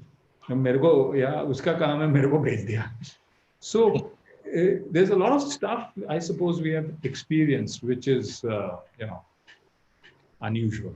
So maybe someday we can all sit down after this COVID is over. Oh, yes. As I keep telling Akash da, the single malt is becoming diluted, it's vanishing. It ain't gonna last. Single malt is getting warm, kebabs are getting cold. Now, don't blame me. But I don't mind that, cold kebabs. Warm single malt. Chalega to theek hai. No, we must get together. I think it's been a great session. Once again, thank you so much. It's been a pleasure. No, thanks, Prabir. Thank you for agreeing and putting, and now you obviously can see it, how much effort you put into it, but I hope you enjoyed that process. I'm sure you enjoyed that process. Adman, no. And I must add that he was so involved in it, because I'm more than Dinesh sir would not even know. We were chatting at our own level. So if you see the way creative has transformed from one to something in the end, was because that he was interacting with me, and I could really feel. And the moment he would say something, I would immediately get up from whatever I was doing, and I would want to do that, because I could see that how involved he was in trying to make this presentation as so soulful and close to his heart, and I didn't want to really even delay by a single minute, and whatever he desired to. Thank you, Jesse. That was very sweet and kind of you. छोटी सी बात है, मैं सवेरे इनका को आया कि 7 बजे. So can I call? I said इतनी urgency एकदम से हो गई. हालांकि I was awake. I'm an early riser. But I was still sitting on the bed, and he said ये कर सकते हैं क्या? मैंने first thing earliest I said okay, let me do it, and thank you so much. And it's such a wonderful feeling, especially for me in particular, that on this platform there goes a talk where we are talking about photography and spirituality and their connection, even though not directly, but indirectly through the work that he has presented and the way he feels for every shot that he clicks. and there are no words. I was, I think for the first time in the entire session, I was literally zapped and calm, and I didn't have any words to say. I'm usually always having a lot of questions, silly or whatever, but there are in my mind. But today it was like numbing kind of an experience that I was going through. That this is also another level of photography that I was seeing, and we all were seeing. And today, though we are not at a peak of the people who are present there on YouTube, but let me tell you something. This is phenomenal. That even after 3.5 hours, we still have quite a sizable number of people who are still watching. They've not dropped out. So that certain number has been sticking, and they're continuing to. Elric is saying that one of the best sessions have ever been a part of. Thank you, Jasir, for doing this. Don't thank me. Thank Prabir sir, and thank you, Dinesh sir. And I've learned one thing, Dinesh sir, that when somebody suggests the name, do not apply your intelligence. Say yes. I should not apply my intelligence, or No, I in particular. This thing happened with Sriranj. Sriranj once said about what is his name? I'm bad with names. I'm so sorry. उसने बोला कि इनका करना, मैं कहा करो. उससे पहले I used to be judgmental. नहीं मैं देखता हूँ. क्यों देखना? When somebody is suggesting, there has to be some merit in it. I might not have known him. And I'm so happy and delighted. Believe me, sorry guys out there that we got into lockdown. And I'm so delighted that we got into lockdown. Silver lining to every dark cloud. Silver lining to everything. There's a reason for everything that happens. And I think it is not only me. People should look back and find some silver lining. There will be, they will have a silver lining somewhere. And they just need to figure it out. I think that is amazing. No, it's been a great session. Wonderful. 3.5 hours. I don't know how time flew. Yeah, it is. Akash was saying when your laptop battery died, says Prabir has never talked so much. Maybe he just kind of fainted or something. He knows me very well. No, he knows we talked for more than 3.5 hours, but that is over something lining your throat and things like that. Whether single malt or double malt or whatever. He knows me very well, so he must have said, "हाँ बहुत बोल दिया है, उठ के चला गया, भाग गया होगा." नहीं. But thank you to the viewers who have stayed up and stayed back to view this. I mean, thank you guys. Gratitude to all of them. So this is not only photography. Actually, is much more deeper. Thought process which goes into a person and how he can explain himself so well. This is what I say one requires actually. You just don't become a photographer. Camera is one part, but then how your mind works and how you can apply to show it to the world, is very, very important, So absolutely true, very true. Looking forward to the next session. Maybe we should start in the afternoon. Maybe we can reserve the entire day and say, okay, we are going to start the session. No, but before everyone came onto this one, and Raj, I just wanted to hear this to Raj. Raj, hello. I'm here. Is that, Jesse's been doing a lot of, single presenter kind of talks mostly. And we also touched upon this a bit yesterday. And it's good that I think Prabir and Akash would also, I think, appreciate what I'm going to suggest, is to have more of a forum, get 3-4 people to discuss a particular controversial point or, something which everyone agrees with or something which someone loves, starting from something as mundane about why color and why black and white, where it's not about, again, just the look, but, there's so much you can talk about the feeling and the belief of the two. True. Onto various, I think I gave Jesse about 3 or 4 different ideas. I can't remember them right now, but he wrote them down. But I think if we can, just offline start discussing this and putting together subjects, content, and people who can talk and discuss I mean, I would be really interested in. Yeah, we will do that. over the I'm next very few keen. months. I'm very keen.